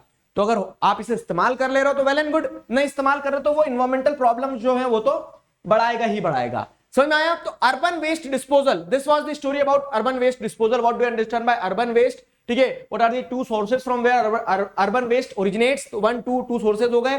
कंसिक्वेंसेस क्या है अर्बन वेस्ट के, तो दीज आर दी कंसिक्वेंसेस। ठीक है, ये सारी चीजें हमने पढ़ ली है। बेसिकली ये जो एक स्टोरी दी गई है, ये स्टोरी एक जो है आपकी बुक में दिया गया है केस स्टडी, कहां का, दोराला का। ठीक है, दोराला कहां पे, मेरठ के पास में गांव है। तो बेसिकली वहां पे बताया गया क्या कि वहां का जैसे आप देखोगे तो ग्राउंड वाटर लेवल खत्म हो गया था पूरा, बहुत पोल्यूशन था, ये सारी समस्याएं थी। जब एनजीओ को ये पता चला तो एनजीओ ने काम करना स्टार्ट किया, गवर्नमेंट हो गए, दूसरे स्टेक होल्डर्स हो गए, उन सब ने मिलकर, ठीक है, with the help of powerful logics, authentic studies and pressure of people, ठीक है, उन्होंने क्या कर दिया, एक नई जान ले आए वहां पे। ठीक, तो ये एनजीओ ने मिलकर काम किया, जैसे सिल्टेड पॉन्ड ऑफ जो थे विलेजेस के, उनको क्लीन किया, रिचार्ज किया, लार्ज क्वांटिटी में जो सिल्ट वगैरह जमा हो गई थी उसको रिमूव किया। तो बेसिकली ये एग्जांपल बता रहे कि किस तरह से पॉल्यूटर्स पे का जो कॉन्सेप्ट होता है कि जिसने खराब किया वही सुधारे।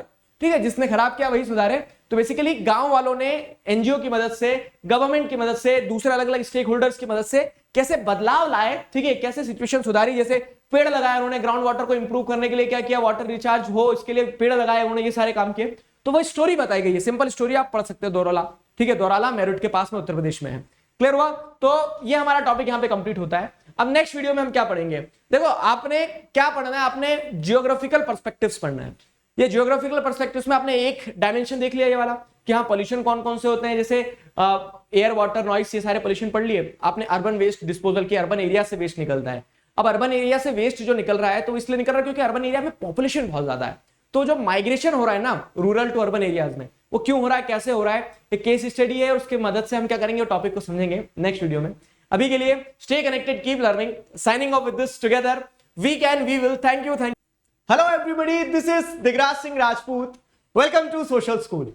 इस वीडियो में हम क्या पढ़ने वाले हैं, इस वीडियो में हम पढ़ेंगे रूरल अर्बन माइग्रेशन के बारे में। What do you understand bye rural urban migration?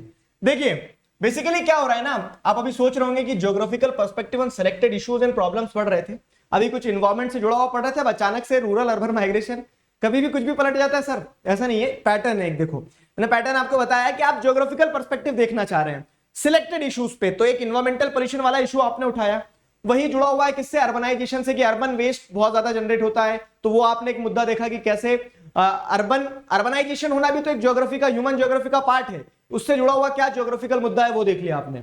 वैसे ह्यूमन ज्योग्राफी में आपने कितना कुछ पढ़ा माइग्रेशन के बारे में, ये सारी चीजों के बारे में टर्म 1 में, तो वहीं से जुड़ा हुआ है, वहीं से पॉल्यूशन से जुड़ा हुआ है कि जब अर्बन एरियाज में माइग्रेशन ज्यादा होता है तो वहां पे रिसोर्सेज पे कॉन्स्ट्रेंट आएगा, पॉल्यूशन भी होगा। ठीक है, जो लोग आ रहे हैं माइग्रेट होके, वो कहां से आ रहे हैं रूरल एरिया से, वो क्या प्रॉब्लम्स फेस करते हैं। तो एक बढ़िया सी केस स्टडी दी गई है रमेश की, ठीक है, कहानी है बस, तो कहानी मैं आपको सुना दूंगा। तो ये सारी चीजों पे एक ज्योग्राफिकल पर्सपेक्टिव आपको इस वीडियो में जानने को मिलेगा। ठीक है, ज्योग्राफिकल पर्सपेक्टिव जानने को मिलेगा, और जैसे ये टॉपिक पढ़ोगे ना, ये आगे वाले टॉपिक से फिर जुड़ा हुआ देखने को मिलेगा आपको। ठीक है, चलो, तो इंपॉर्टेंट चीज है कि टेलीग्राम चैनल की लिंक जो आपको डिस्क्रिप्शन में दी है, टेलीग्राम चैनल जरूर से ज्वाइन कर लीजिएगा, वहां पे आपको अपडेट्स मिलती रहेगी।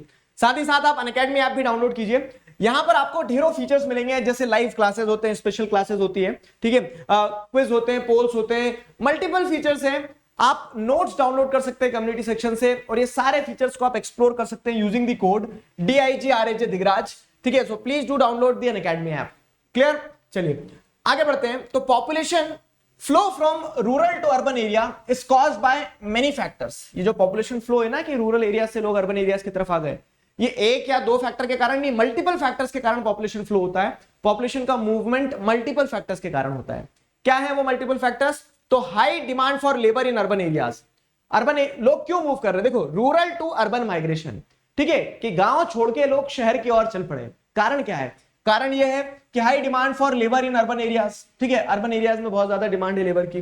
लो job opportunities in rural areas and unbalanced pattern of development between urban and rural areas. ठीक है, क्या हो रहा है कि लो जॉब अपॉर्चुनिटीज है, रूरल एरियाज में काम की कमी है। अब काम की कमी के साथ साथ एक बड़ी समस्या यह है कि अनबैलेंस्ड पैटर्न ऑफ डेवलपमेंट है।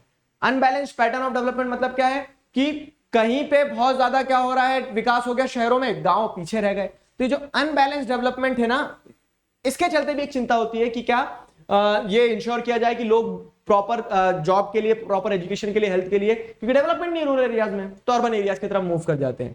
ठीक है, due to low opportunities in smaller and medium cities, the poor people generally bypass these small cities and directly come to mega cities for their livelihood. अब जब लोग माइग्रेट करते भी नहीं ना रूरल एरियाज से, तो माइग्रेट फिर ऐसा करते हैं कि फिर वो छोटी मोटी सिटी में नहीं जाते, फिर वो डायरेक्ट मेगा सिटीज में जाते हैं, क्योंकि उन्हें लगता है कि छोटी मोटी सिटीज में शायद अपॉर्चुनिटीज ना हो तो डायरेक्ट बड़ी सिटीज में लोग माइग्रेट करके चले जाते हैं, लेकिन बड़ी सिटीज में और ज्यादा हार्डशिप्स रहती हैं। कैसे क्या, वो सारा सब कुछ समझ में आएगा। छोटी सिटीज में उतनी ज्यादा अपॉर्चुनिटीज भी नहीं होती है, ये भी एक कारण होता है। ठीक है, the case study of Ramesh, Ramesh की केस स्टडी आपको बुक में दी गई है, उसे एनालाइज करो। कहानी में सुनाता हूं, देखो रमेश एक वेल्डर है, वेल्डर समझते हैं ना, वैसे चश्मा लगा के लोहे की वेल्डिंग करते हैं। ठीक है, तो अब जो रमेश एक वेल्डर है, अभी इस समय वो कहां है, तालचेर ओडिशा में है इस समय, मतलब चैप्टर के हिसाब से तालचेर ओडिशा में, and he is continuously on the move. जो कॉन्ट्रैक्टर है तो उन्हें घुमाते रहता है ऐसे, कभी गांधीनगर चलो, कभी बॉम्बे चलो, कभी कहीं चलो, कभी कहीं चलो। ठीक है, वेल्डिंग के काम से जहां जहां कॉन्ट्रैक्ट मिलता है वहां जाते हैं।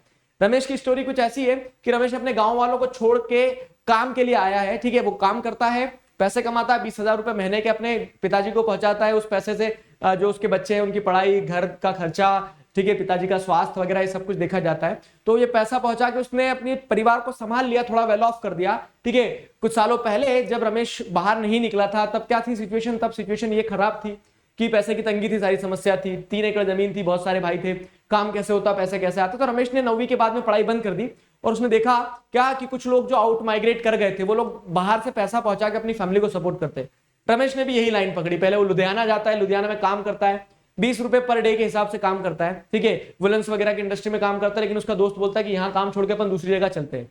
ठीक है, तो वो वहां से काम छोड़ के कहीं दूसरी जगह जाते हैं। ठीक, दूसरी जगह जाते हैं, वहां वो वेल्डिंग का काम सीख लेता सूरत में, फिर वो वहां से और माइग्रेट करता रहता है कॉन्ट्रैक्टर की तरह।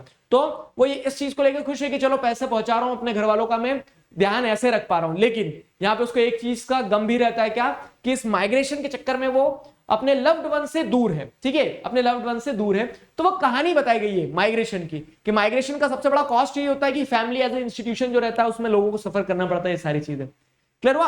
अब माइग्रेशन से जुड़े हुए, अब आपको ये तो पता है कि लोग गांव से शहर की तरफ आ रहे हैं। ठीक है, तो उससे जुड़े हुए कुछ की फैक्ट्स बताता हूं मैं आपको। At present 47% of the world's 6 billion population lives in cities and more willing to join in near future. ठीक है, ये बहुत पुराना डेटा है वैसे। तो this proportion is estimated to go up to 50% by 2008 and we are living in 2022। ठीक है, तो ये डेटा पुराना है, बाकी आपको बता रहे हैं कि किस तरह से ट्रेंड जो आपको देखने को मिल रहा है वो किस तरफ बढ़ रहा है, सिटीज की तरफ बढ़ रहा है।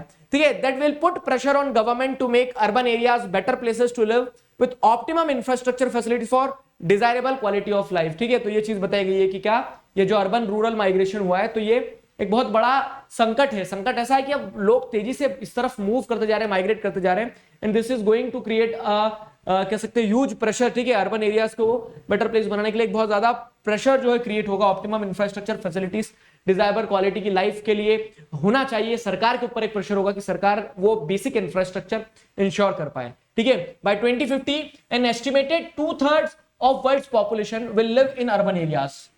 2050 तक आप क्या समझ रहे हैं कि लगभग 66% पॉपुलेशन कहां रह रही होगी, शहरों में रह रही होगी। Imposing even more pressure on the space infrastructure and resources of cities which are manifested in terms of sanitary, health, crime problems and urban poverty. तो ये सारी समस्याएं आपको देखने को मिलेगी कब तक, ये जो टाइम पीरियड आएगा आपका। ठीक है, बाय 2050।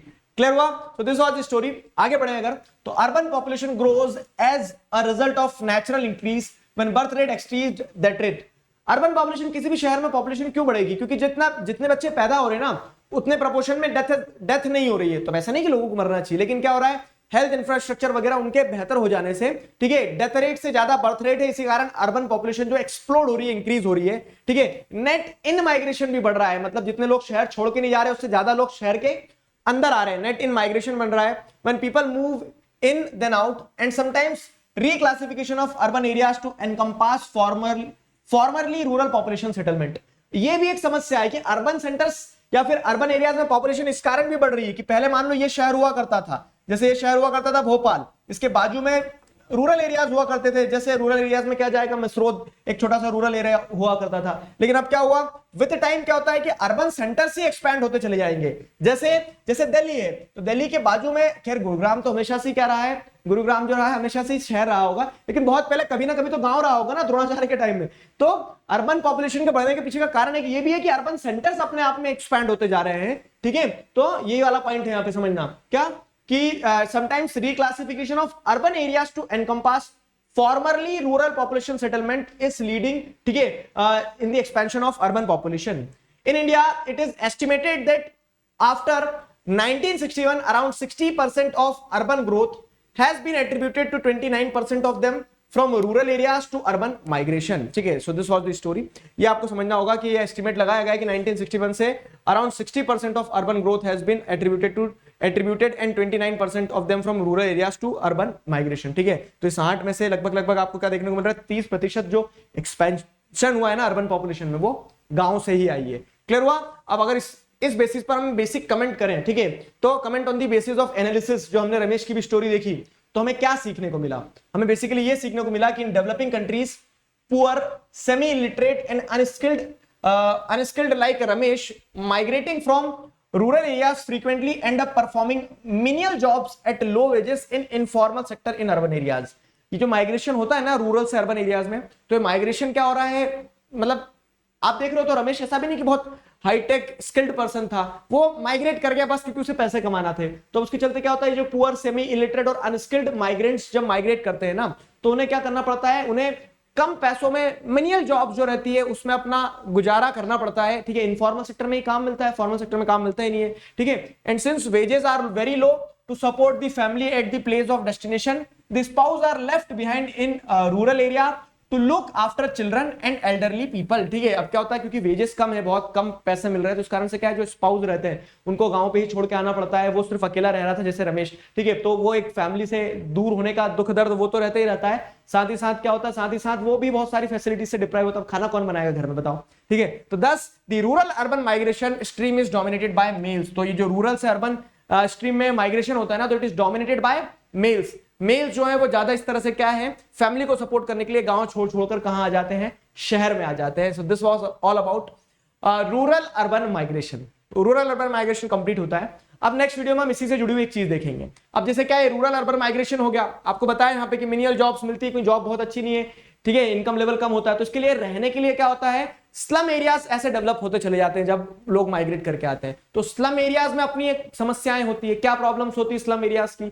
धारावी एक एशिया का लार्जेस्ट स्लम है, उसकी केस स्टडी हम नेक्स्ट वीडियो में पढ़ने वाले हैं, समझने वाले हैं. Till then stay connected, keep learning. Signing off with this, together we can, we will. Thank you. Hello everybody, this is Digraj Singh Rajput. Welcome to social school. इस वीडियो में हम क्या पढ़ने वाले हैं? इस वीडियो में हम पढ़ेंगे प्रॉब्लम्स ऑफ स्लम्स. स्लम्स की क्या समस्याएं हैं, क्यों पढ़ना है, सारी चीजों को आपको इस वीडियो में समझाता हूं. देखिए, बेसिकली हमने पिछले वीडियो में क्या पढ़ा कि रूरल एरियाज से अर्बन एरियाज की तरफ माइग्रेशन होता है, इतना आपने आइडेंटिफाई कर लिया. अब ये रूरल एरियाज से अर्बन एरियाज की तरफ जो माइग्रेशन होता है, तो अर्बन सेंटर्स में क्या होगा, अर्बन सेंटर्स में आपको ये देखने को मिलेगा कि पॉपुलेशन बढ़ेगी. पॉपुलेशन बढ़ेगी, और मैंने आपको क्या बताया था कि जितने भी रूरल एरिया से लोग आएंगे, तो जरूरी नहीं कि यहां पे उन्हें बहुत अच्छी जॉब मिल रही होगी, they will be paid well. ठीक है, बहुत ही मिनिमल जॉब्स में दे विल बी एंगेज्ड, और उसके चलते क्या होगा, उसके चलते स्टैंडर्ड ऑफ लिविंग जो रहेगा तो वो उतना बेहतरीन नहीं हो पाएगा.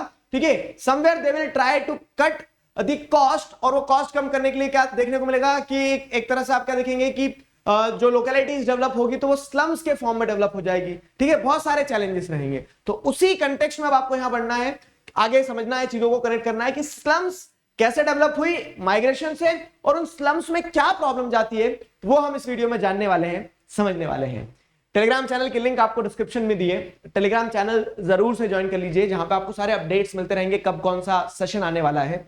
उसी के साथ साथ अनअकैडमी ऐप भी आप डाउनलोड कर लीजिए, जहां पर आपको इस चैप्टर के नोट्स मिल जाएंगे. आप पीडीएफ के फॉर्म में नोट्स डाउनलोड कर सकते हैं, स्पेशल क्लासेस होती है, क्विज होते हैं, पोल्स होते हैं, ढेरों मल्टीपल एक्साइटिंग फीचर्स हैं. इन सभी फीचर्स को आप एक्सप्लोर कर सकते हैं using the code DIGRAJ Digraj. Clear? चलिए आगे बढ़ते हैं. Problems of slums.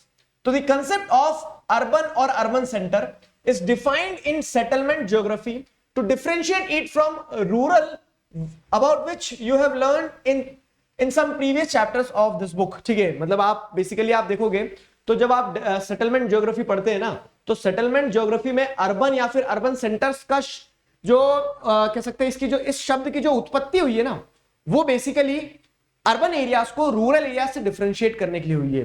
Rural areas में बेसिकली आप क्या देखते हैं, आपने पढ़ा ये सारा सब कुछ, तो रूरल एरियाज में आप ये देखते हैं कि जहां पे इकोनॉमिक एक्टिविटीज जो होती है एग्रीकल्चरल या फिर प्राइमरी सोर्सेस पे डिपेंडेंट होती है, प्राइमरी सोर्सेस से कनेक्टेड होती है. ठीक है, जहां पे आप क्या देख रहे हैं कि सोर्स ऑफ इनकम लोगों का प्राइमरी सेक्टर से जुड़ा होता है, वो सारे रूरल एरियाज होते हैं। लेकिन ये जो अर्बन या फिर अर्बन सेंटर वर्ड है ना, ये कैसे डिफरेंशिएट करता है रूरल से?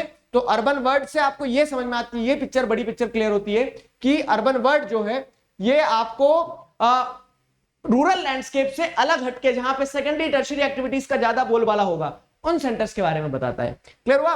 तो ये वही चीज एक्सप्लेन की गई यहां पे। Both urban and rural settlements are different in their functions, sometimes complementing each other. ठीक है, दोनों ही सेंटर्स जो होते हैं, तो अर्बन सेंटर्स में जैसे आप क्या देखेंगे, स्काई स्क्रैपर्स होते हैं जो आसमान छू रहे होते हैं, जहां पे पूरा काम सर्विस सेक्टर पे डिपेंडेंट होता है, ये सारी चीजें।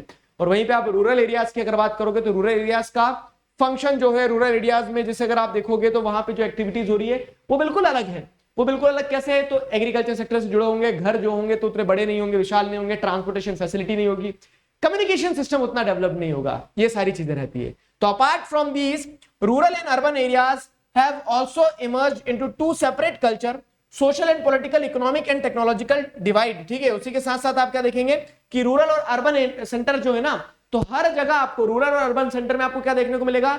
Separate social, cultural, political, economic, technological divide देखने को मिलेगा। ठीक है, रूरल सोसाइटीज पूरी अलग होगी टोटली। ठीक है, वहां पे लोग क्या है, लोगों में आत्मीयता रहती है गांव में। ठीक है, ग्रामीण क्षेत्र में आप जाओगे तो वो आपके साथ बैठते हैं, बोलते हैं। तो ऐसा नहीं कि शहर के लोग बोलते ही नहीं है, लेकिन शहर में लाइफ फास्ट होती है, लोगों के पास समय नहीं रहता है। ठीक है, तो उस तरह से पूरा कल्चर, सोसाइटी, हर चीज में आपको डिफरेंस देखने को मिल जाएगा। ठीक, हम तो स्लम्स पढ़ने वाले थे सर, ये रूरल अर्बन क्या चल रहा है, बेसिकली आ रहे हैं उस चीज पे घूम के। तो अब अगर आप ऐसे देखोगे तो यहाँ पे सिंपली कहा गया, महात्मा गांधी का भी ये मानना था। ठीक है, India which has a predominance of rural population, approximately 69% of the total population in 2011 used to live in rural areas. ठीक है, तो India which has predominance of rural population and where villages were considered the ideal republics by Mahatma Gandhi.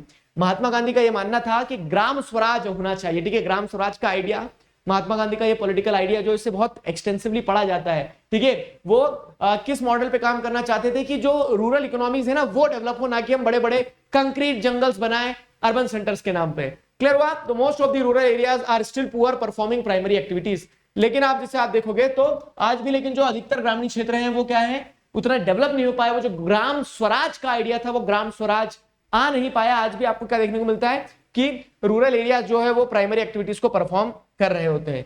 ठीक है, here most of villages exist as appendix to the core urban centres forming its hinterland. ठीक है, आज आप जिस देखोगे तो अधिकतर विलेजेस जो रहते हैं वो अर्बन सेंटर्स के एक अपेंडिक्स की तरह है। बॉडी में अपेंडिक्स का क्या काम होता है? कुछ नहीं। तो वैसे अर्बन सेंटर्स के आजू बाजू में रूरल सेंटर्स जो रहते हैं, तो वो कोर अर्बन सेंटर के आजू बाजू में इस तरह से क्या रहते हैं, रूरल सेंटर्स एक अपेंडिक्स की तरह लटके हुए हैं। ठीक है, इसका मतलब क्या है? This may give impression that urban centre exist undifferentiated homogeneous entities in opposition to the rural areas। इसका मतलब आप ये कहोगे कि रूरल एरियाज उतने डेवलप्ड नहीं है, ठीक है, लेकिन अर्बन सेंटर जो है ना तो अनडिफरेंशिएटेड है। मतलब पॉइंट समझो बहुत अच्छा है कि इतना सब कुछ पढ़ने के बाद में आपको ऐसा लग रहा है कि रूरल एरिया सर पीछे रह गए, अर्बन सेंटर जो है ना वो बढ़िया ग्रो कर गए, अर्बन सेंटर्स बहुत आगे निकल आए हैं। अर्बन सेंटर जो है तो they will give you N impression of undifferentiated homogeneous entities, कि आप उसमें डिफरेंशिएट नहीं कर सकते, एक जैसा सब कुछ गगनचुंबी इमारतें होंगी कहां पे, अर्बन सेंटर्स में। तो रियलिटी क्या है? But this is not the reality. आप जो डिफरेंस की बात करते हो ना सोसाइटी में, तो वो डिफरेंस आपको अर्बन सेंटर्स में ज्यादा देखने को मिलेगा। तो urban centres in India are more differentiated in terms of socio economic, politico cultural and other indicators of development than any other areas. ठीक है, अर्बन सेंटर जो है ना वो ज्यादा, वहां पे आपको क्या देखने को मिलेगी, अर्बन सेंटर्स में आपको ज्यादा समस्याएं देखने को मिलेगी, अर्बन सेंटर्स में आपको ज्यादा socio economic, political, cultural differences देखने को मिलेंगे। कैसे? तो यहां पे आपको देखने को मिलेगा कि अर्बन सेंटर्स में at the top there are farmhouses and high income group localities characterized by well developed urban infrastructure like wide roads, street lights, water, sanitation facilities, lawns, well developed green belts, parks, playgrounds and provisions for the individual security and right to privacy। ठीक है, तो कहीं कहीं शहर में आपको ये सारा सब कुछ एकदम एक्सटेंसिव लेवल पे देखने को मिलेगा, सब कुछ डेवलप्ड है, बेहतरीन है। ठीक है, लेकिन वहीं पे आप पैरेलल में देखोगे तो at the another extreme of it are the slums, झुग्गी झोपड़ीज, क्लस्टर्स, ठीक है, and colonies of shanty structures. ठीक है, तो वहीं पे आप पैरेलल में देखोगे तो आपको ये समस्याएं भी देखने को मिलेगी, आपको स्लम्स देखने को मिलेंगे, झुग्गी झोपड़ी देखने को मिलेगी, ठीक है, कॉलोनीज ऑफ शैंटी स्ट्रक्चर, ये सब कुछ देखने को मिलेगा। So these are the problems. ठीक है, दीज आर दी प्रॉब्लम्स जो आपको अनडिफरेंशिएटेड सोसाइटी की तरह देखने को मिल रहा है, वो अनडिफरेंशिएटेड सोसाइटी नहीं है, वहां पे भी आपको क्या देखने को मिल रहा है, डिस्पैरिटीज देखने को मिल रही है, ठीक है, दिस इज द प्रॉब्लम, वहां पे आपको डिस्पैरिटीज देखने को मिल रही है। तो these are inhabited by those people who were forced to migrate from rural areas to these urban centres in search of livelihood but could not afford proper housing due to high rent and high cost of land, ठीक है। तो अब आप जैसे देखोगे ना, तो ये जो एक्सट्रीम आपको सिचुएशन देखने को मिल रही है, यहाँ जो झोपड़ी क्लस्टर्स हैं, स्लम्स हैं, यहाँ लोग क्यों रहना पसंद कर रहे हैं, कोई भी शौक से नहीं जाता है वहां पे, ठीक है, यहाँ लोग इसलिए रहना पसंद कर रहे हैं क्योंकि जो हाई कॉस्ट ऑफ रेंट और हाई कॉस्ट ऑफ लैंड है ना, वो अर्बन सेंटर्स में हर सेक्शन सोसाइटी का अफोर्ड नहीं कर सकता, स्पेशली जो माइग्रेट करके आए हैं, जिनके पास में काम नहीं है, जिनके पास में काम है तो बहुत कम पैसे वाला काम है, तो वो लोग क्या करेंगे, they are left with no options, ठीक है, rather than to live in the slums। तो इसी कारण से आपको वो एक सेक्शन जो आपको स्लम्स में कंसंट्रेटेड देखने को मिलेगा, ठीक है।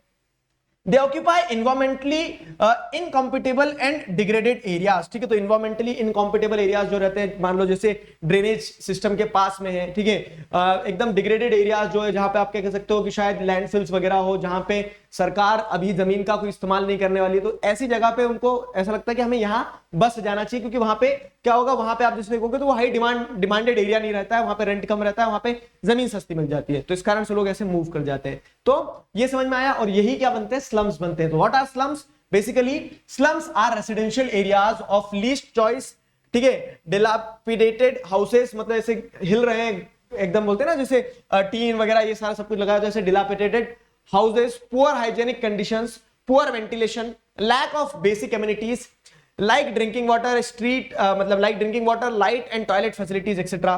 Open defecation, unregulated drainage system, and overcrowded narrow street patterns are serious health and socio-environmental hazards. So these are the problems associated with slums. आगे समझ में, ये स्लम्स की कहानी हो गई है। अब यहीं पे क्या है, जैसे स्लम्स को आप देख रहे हो तो उसको किससे जोड़ सकते हो, आप इसको जोड़ सकते हो इन्वायरमेंटल प्रॉब्लम्स से। अब क्या होगा, यहाँ पे हेल्थ डिसीजेस वगैरह, ठीक है, हेल्थ हजार्ड्स, और उसके बाद कह सकते हैं आप पुअर लिविंग कंडीशन के चलते लोग जो रहेंगे तो they are prone to diseases, ये सारी समस्याएं होंगी। और अब इन सारी समस्याओं का समाधान भी यही है कि साफ सफाई की जा सके, ठीक है। तो उसी के चलते आप क्या देखते हैं, स्वच्छ भारत मिशन जो है, तो the Swachh Bharat mission SBM is a part of urban renewable mission, ठीक है, launched by the government of India to improve the quality of life in urban slums, ठीक है, अर्बन स्लम्स में इंप्रूवमेंट, क्वालिटी ऑफ लाइफ को improve किया जा सके, उसके लिए स्वच्छ भारत मिशन जो है तो वो गवर्नमेंट के द्वारा लॉन्च किया गया। क्लियर हुआ? सिचुएशन अगर स्लम्स में देखी जाए तो moreover most of the slum population works in low paid high risk prone unorganised sector of the urban economy. Urban economy की जो हाई रिस्क अनऑर्गेनाइज सेक्टर है, जैसे क्या हो जाएगा, जैसे आप पूरा सेक्टर वो उठा के देख लो तो अर्बन, ये जो स्लम्स में लोग रह रहे हैं तो क्या है कि कोई वहां पे जैसे ड्रेनेज साफ करने का काम कर रहा होगा, ठीक है, तो ये सब हाई रिस्क जॉब है एक तरह से देखा जाए तो। अब ड्रेनेज साफ करने वाले जो लोग रहते हैं तो they go through a lot of problems, ठीक है, उन्हें जैसे बहुत ज्यादा क्या करना पड़ता है, शराब पीना पड़ती है, क्यों, क्योंकि वहां पे उस बदबू में काम करना है उन्हें, ये सारी समस्याएं, ठीक है। तो कोई सिक्योरिटी गार्ड है, कोई कुछ है, तो इस तरह से द लाइफ इज डिफिकल्ट। मैंने आपको ये बताया ना क्या, कि क्योंकि ऑर्गेनाइज सेक्टर में जॉब नहीं है, वेल पेइंग जॉब नहीं है, तो उसके कारण से they are left with no options to live in the slums, और वो साइकिल में फंस गए। स्लम्स में रह रहे हैं तो क्या है, वहां पे उनका मतलब गुजारा बसारा वहीं हो सकता है, क्योंकि दूसरी कहीं जगह उनको रहने का मौका नहीं मिल सकता, अगर मौका मिलेगा तो इतना पैसा नहीं कमाते वो, तो दैट इज द प्रॉब्लम, ठीक है। कंसिक्वेंटली दे आर अंडरनरिश्ड, अब वही वाली बात है कि पैसों की कमी है, सराउंडिंग खराब है, तो they are undernourished, prone to different type of diseases and illness and can not afford to give proper education to their children, ठीक है। और इसी कारण से क्या है, बच्चों को भी ध्यान नहीं दे पाते, पढ़ा नहीं पाते, तो वो साइकिल गोल गोल चलता रहता है, ठीक है, विशियस साइकिल इसे ही कहा जाता है। The poverty makes them vulnerable to drug abuse, alcoholism, crime, vandalism, escapism, apathy and unlimited social exclusion, ठीक है। अब क्योंकि वो इस स्थिति में है, इस कारण से वो एक्सक्लूडेड है, और वो एक्सक्लूडेड है क्योंकि उनकी स्थिति ये है, तो वही वाली कहानी है कि ठीक है, कॉज और इफेक्ट एक साथ एस्टैब्लिश हो जाता है, and this traps the people living in the slum, this traps the so called lower strata of our society. Getting the idea? तो ये थी प्रॉब्लम्स ऑफ स्लम्स। जैसे अब यहाँ पे आपको एक स्टडी दी गई, case study, Dharavi Asia's largest slum, इसे पढ़ना आपको समझ में आएगा। पतली पतली गलियां आएगी, साइकिल भी नहीं निकल सकती है, ठीक है, ऑटो वगैरह तो बैन ही कर दिया, आप अंदर कहां डालोगे, ठीक है। तो इस तरह से एकदम चिपके हुए घर है, एक दूसरे से चिपके हुए हैं, ट्रेन पास से निकलती है तो ज्यादा जोर से चलने लगता है। और ये धारावी जो है ये पूरे एशिया का लार्जेस्ट स्लम है, मुंबई के सेंट्रल मुंबई में आपको इस तरह का एक स्लम एरिया देखने को मिलता है, उसी के बारे में यहाँ पे बताया गया है, तो इस स्टोरी को पढ़ना आप एक बार। क्लियर हुआ? चलिए, तो आई होप आपको यहां तक चीजें समझ में आई, सारा सब कुछ क्लियर है। अभी के लिए क्या करते हैं, इस वीडियो को खत्म करते हैं। लास्ट वीडियो लैंड डिग्रेडेशन जो है वो लास्ट टॉपिक में पढ़ेंगे हम। तब तक stay connected, keep learning. Signing off with this, together we can, we will. Thank you. Hello everybody, this is Digraj Singh Rajput. Welcome to social school. इस वीडियो में हम क्या पढ़ने वाले हैं, इस वीडियो में हम इस चैप्टर का लास्ट टॉपिक पढ़ेंगे जो है लैंड डिग्रेडेशन। लैंड डिग्रेडेशन क्या होता है, इसके क्या कंसिक्वेंसेस होते हैं, वो सारी चीजें पढ़ेंगे। साथ ही साथ एक इंपॉर्टेंट चीज पढ़ेंगे, case study of Jhabua. Jhabua Madhya Pradesh में एक डिस्ट्रिक्ट है, उसके बारे में भी कहानी पढ़ेंगे कि वहां पे किस तरह से लैंड डिग्रेडेशन को कंट्रोल किया गया, चेक किया गया। तो बेसिकली इस चैप्टर का टर्म 2 के सिलेबस का ये लास्ट टॉपिक है। अच्छे से पढ़ना, दिल लगा के पढ़ना, समझना सारी चीजों को। Land degradation, what is land degradation, this is the question. आपको लैंड डिग्रेडेशन से क्या समझ में आता है? ठीक है, लैंड डिग्रेडेशन से क्या समझ में आता है कि कह सकते हैं कि जो लैंड है, ठीक है, वो एक रिसोर्स है, नेचुरल रिसोर्स। उसकी क्वालिटी में जब क्या होने लगता है, क्वालिटी में उसकी कहीं ना कहीं हम क्या कहते हैं, डिक्रीमेंट होने लगता है, उसकी क्वालिटी डिग्रेड होने लगती है, तो वो लैंड डिग्रेडेशन कहलाता है। क्यों, कैसे, कहां, कब, ये सारे सवाल जो आपके मन में आए उनका जवाब इस वीडियो में आपको मिल जाएगा। ये रही टेलीग्राम चैनल की लिंक। टेलीग्राम चैनल की लिंक से आप टेलीग्राम चैनल जरूर से ज्वाइन कीजिएगा। यहाँ आपको सारी अपडेट्स मिलते रहेंगे, कब कौन सा सेशन आने वाला है। साथ ही साथ आप अनअकैडमी ऐप जरूर से डाउनलोड कीजिए। यहाँ पे आपको ये सारे चैप्टर के नोट्स वगैरह मिल जाएंगे। आपको अनअकैडमी ऐप पर और भी सारे फीचर्स हैं, जैसे स्पेशल क्लासेस होती हैं, ये सारे फीचर्स भी आप अनअकैडमी ऐप पर एक्सप्लोर कर सकते हैं। तो please do download the Unacademy app. Fine, what is land degradation? तो the pressure on agricultural land increases not only due to the limited availability but also by deterioration of quality of agricultural land. No doubt land as a resource is a limited resource, ठीक है, वो अपने आप में क्या एक limited resource है, लेकिन उसी के साथ साथ क्या होता है कि उसके ऊपर जो प्रेशर बढ़ रहा होता है ना, वो उसकी लिमिटेड नेचर ऑफ क्वालिटी के, मतलब लिमिटेड नेचर ऑफ लैंड के कारण ही प्रेशर नहीं बढ़ रहा होता है। ठीक है, उसकी क्वालिटी जो है हमारे पास, उसका डेटोरिएशन, मतलब उसकी क्वालिटी खराब हो रही है, उससे भी हमारे ऊपर प्रेशर बढ़ रहा है। क्यों? क्योंकि पहले ही लैंड सीमित थी, और उस सीमित लैंड में भी एक स्पेसिफिक हिस्सा क्या है, आपने डिग्रेड कर दिया।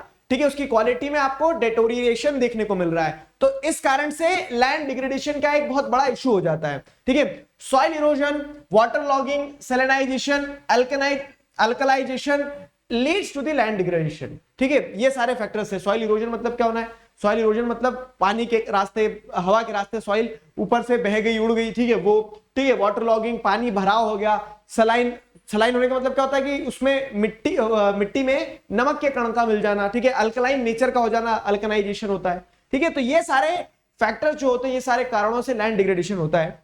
Land degradation is generally understood either as a temporary और a permanent decline in productive capacity of the land. ठीक है, टेम्पररी और permanent decline in the productive capacity of land. ठीक है, लैंड की जब कैपेसिटी में क्या आपको देखने को मिल रहा है, डिक्लाइन मिल रहा है, वो डिक्लाइन देखने को मिल रहा है। ठीक है, प्रोडक्टिव कैपेसिटी मतलब क्या है कि वो कितना आपको आउटपुट दे पा रही है, उसमें जब आपको डिक्लाइन देखने को मिलता है, वो टेम्पररी बेसिस पे भी हो सकता है, वो परमानेंट बेसिस पे भी हो सकता है। ठीक है, तो वो जब ऐसा कुछ होता है तो लैंड डिग्रेडेशन कहलाता है। सिंपल सी चीज, जब ऐसा कुछ होता है तो लैंड डिग्रेडेशन कहलाता है। ठीक है, लैंड डिग्रेडेशन परमानेंट ऐसा होता है कि एक बार कुछ ऐसी जमीनें होती है कि एक बार ऐसी बंजर हो जाती है कि फिर उस पर कभी उपज होती ही नहीं है, कभी प्रोडक्शन नहीं होता है। लेकिन कुछ ऐसा होता है कि टेम्पररी आप क्या देख रहे हैं कि कुछ समय तक बैरन छोड़ दिया गया, या फिर कुछ समय तक एक्सेसिव ऐसे कुछ फसलों की खेती कर ली गई, जिसके चलते क्या है वो प्रोडक्टिव नहीं रह गई, लेकिन विथ प्रॉपर ट्रीटमेंट आपने उसमें खाद वगैरह मिलाया तो वो वापस से प्रोडक्टिव हो जाती है। तो land degradation can either be permanent or temporary, both.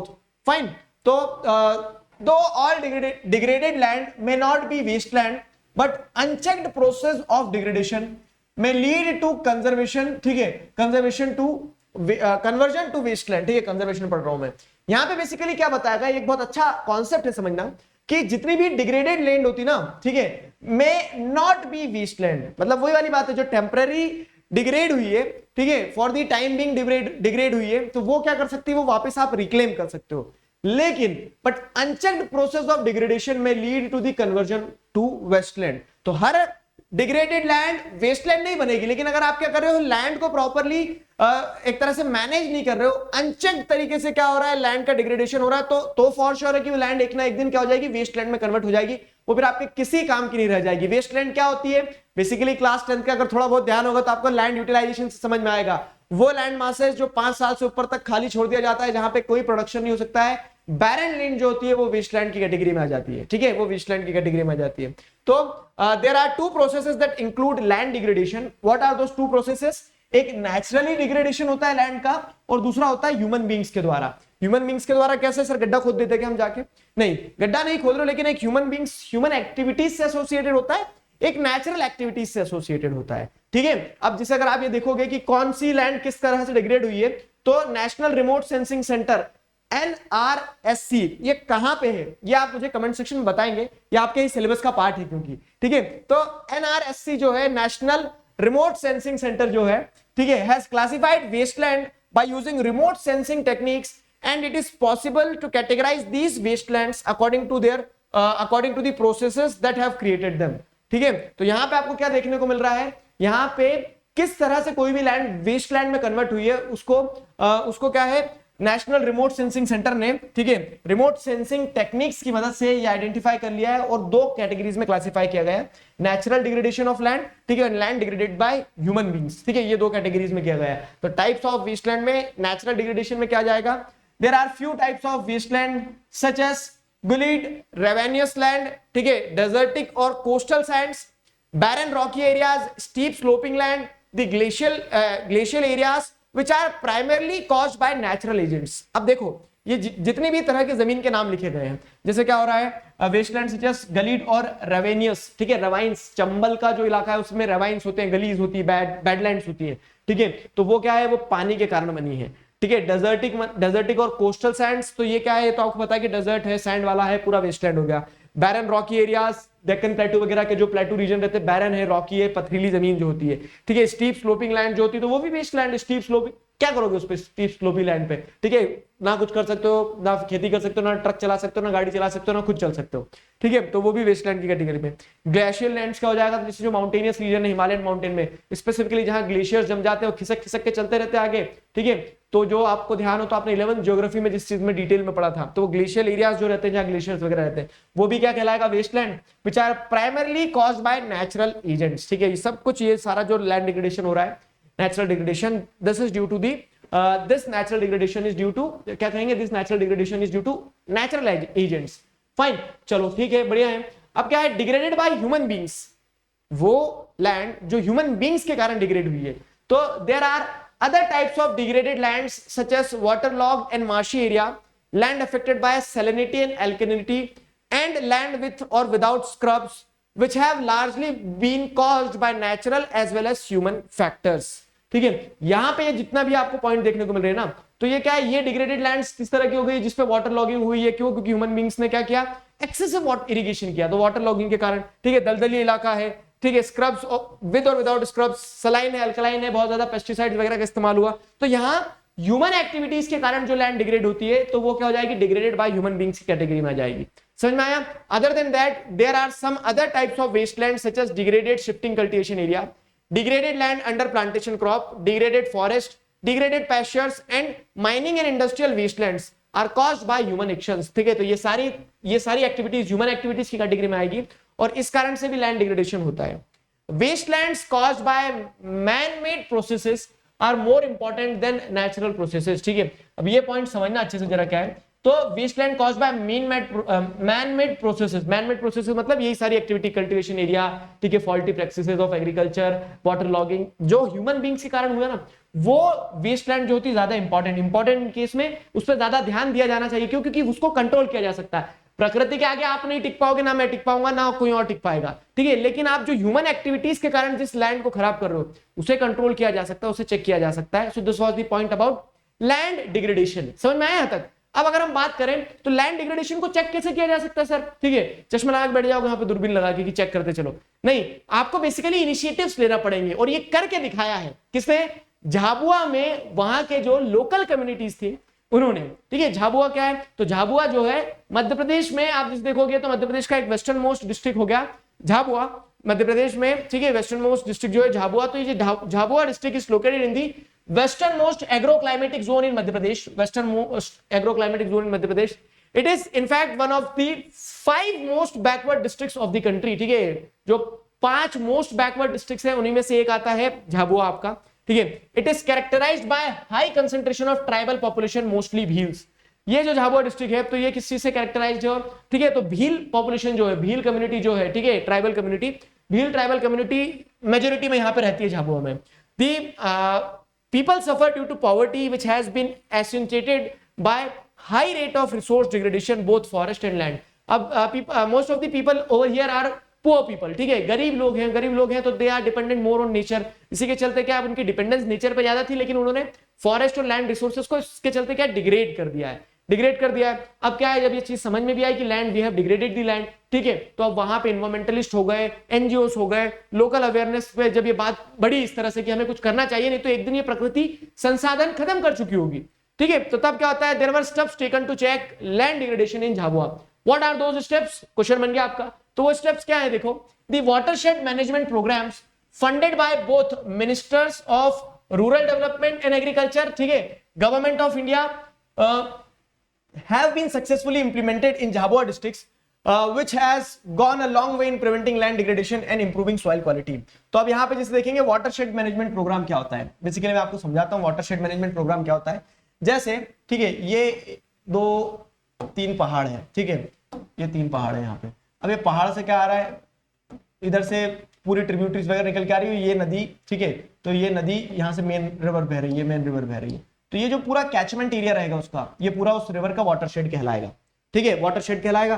तो अब ये जो वाटरशेड मैनेजमेंट है, तो मतलब कि उस पूरे रीजन में, जैसे अगर आप देख रहे हो उस पूरे रीजन का जो वाटरशेड बनता है, उस पूरे रीजन का जो कह सकते हैं कैचमेंट एरिया बनता है रिवर्स का, ड्रेनेज सिस्टम का, उसके मैनेजमेंट पे फोकस किया गया, ठीक है। और ये प्रोग्राम जो चलाया गया वाटरशेड मैनेजमेंट का, it was funded by ministry of rural development agriculture, government of India, ठीक है, रूरल डेवलपमेंट भी एग्रीकल्चर सेक्टर का भी डेवलपमेंट, तो दोनों मिनिस्ट्री ने मिलकर इस प्रोग्राम को फंड किया, ठीक है। Watershed management program acknowledge the linkage between land, water and vegetation and attempts to improve livelihoods of people through natural resource management and community participation.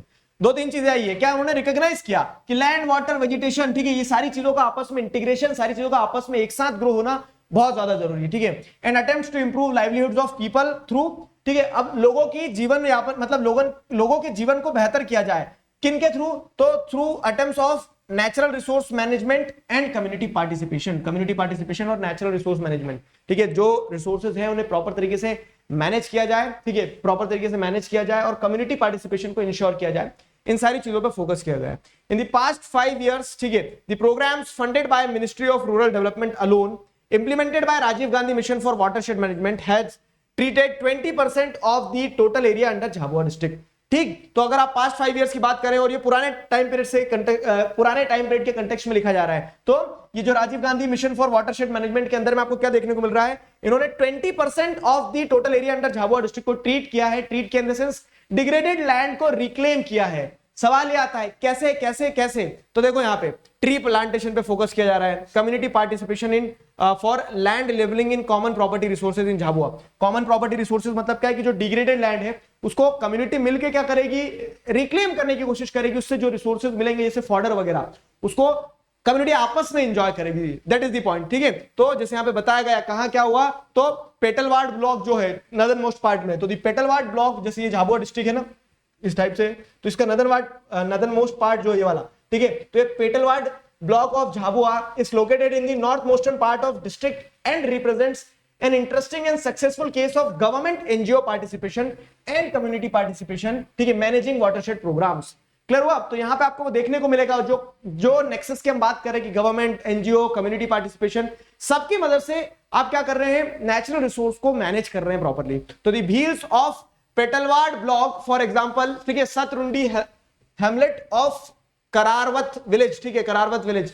Hamlet क्या होता है, हैमलेटेड सेटलमेंट्स वगैरह के बारे में आपने टर्म 1 में पढ़ा था, ध्यान आ रहा, ठीक है, डिस्पर्स्ड, हैमलेटेड, उस तरह का सेटलमेंट। तो यहाँ के जो ट्राइबल कम्युनिटी थी, यहाँ की जो लोकल कम्युनिटी थी, they participated in the land reclamation process, ठीक है, लैंड डिग्रेडेशन को एक तरह से क्या खत्म करने के लिए, कम करने के लिए उन्होंने प्रयास किया। Through their own efforts have revitalized large part of community common property resources, CPR, ठीक है। तो जो कॉमन प्रॉपर्टी रिसोर्स थी जिसे डिग्रेडेशन से बचाना था, जिसपे गवर्नमेंट, एनजीओ और ये कम्युनिटी ने मिलकर काम किया और एक सक्सेसफुल मॉडल प्रेजेंट किया पेटलवाड़ कह सकते हैं ब्लॉक के भील्स ने। क्या किया ऐसा उन्होंने, ठीक है, हाउ, तो उन्होंने क्या किया, देखो, efforts of the local community, each house hold planted and maintain 1 tree on the common property, ठीक है, सबने क्या किया, सबने हर एक घर से एक इंसान ने बोला कि हम एक पेड़ लगाएंगे। पेड़ लगाएंगे, उसको बच्चे की तरह पालेंगे, ठीक है। They also have planted fodder grass on the pasture land and adopted social fencing of these lands for at least 2 years, ठीक है। अब यहाँ पे अगली चीज उन्होंने क्या की, उन्होंने फॉडर ग्रास को प्लांट कर दिया, और वो फॉडर ग्रास जो प्लांट किया उन्होंने पूरा का पूरा उस कॉमन प्रॉपर्टी रिसोर्स पे, ठीक है।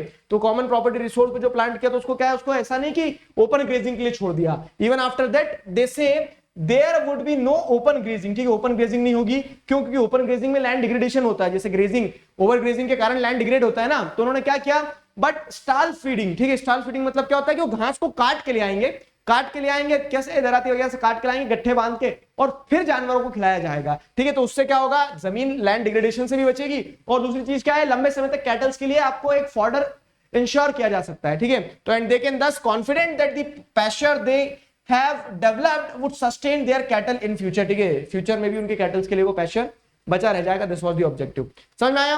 अब फिर अगली चीज क्या है, interesting aspect of this experience is that before the community embarked upon the process of management of the pasture there was encroachment on this land by the villagers from adjoining village, ठीक है। अब क्या है कि जिस land को common property resource बताया गया था, ठीक है, जिस लैंड को कॉमन प्रॉपर्टी रिसोर्स बताया गया था, तो यहाँ पे एक इंटरेस्टिंग इंस्टेंस से निकल के आता है कि उस पे क्या है, बाजू के जो किसान वगैरह थे, ठीक है, बाजू के गांव वाले जो लोग थे, उन लोगों ने कब्जा करके रखा था। अब कब्जे की जमीन थी, ठीक है, कब्जे की जमीन थी, तो उस पे क्या है कि ये लोग जब कॉमन प्रॉपर्टी रिसोर्स की तरह वहां पे proper land reclamation, land management पे फोकस कर रहे थे, तब उन लोगों ने ऑब्जेक्शन भी उठाया। तो the villagers called the tehsildar to ascertain the rights of common land, ठीक है, जो कॉमन लैंड है तो उसके राइट्स को असर्टेन किया जाए कि भैया बता दो किसकी कितनी है, कितने पे ये कॉमन प्रॉपर्टी रिसोर्स की तरह काम करेंगे, कितना हमारा हिस्सा रहेगा। तब क्या होता है, पीसफुली इस चीज को सेटल किया गया।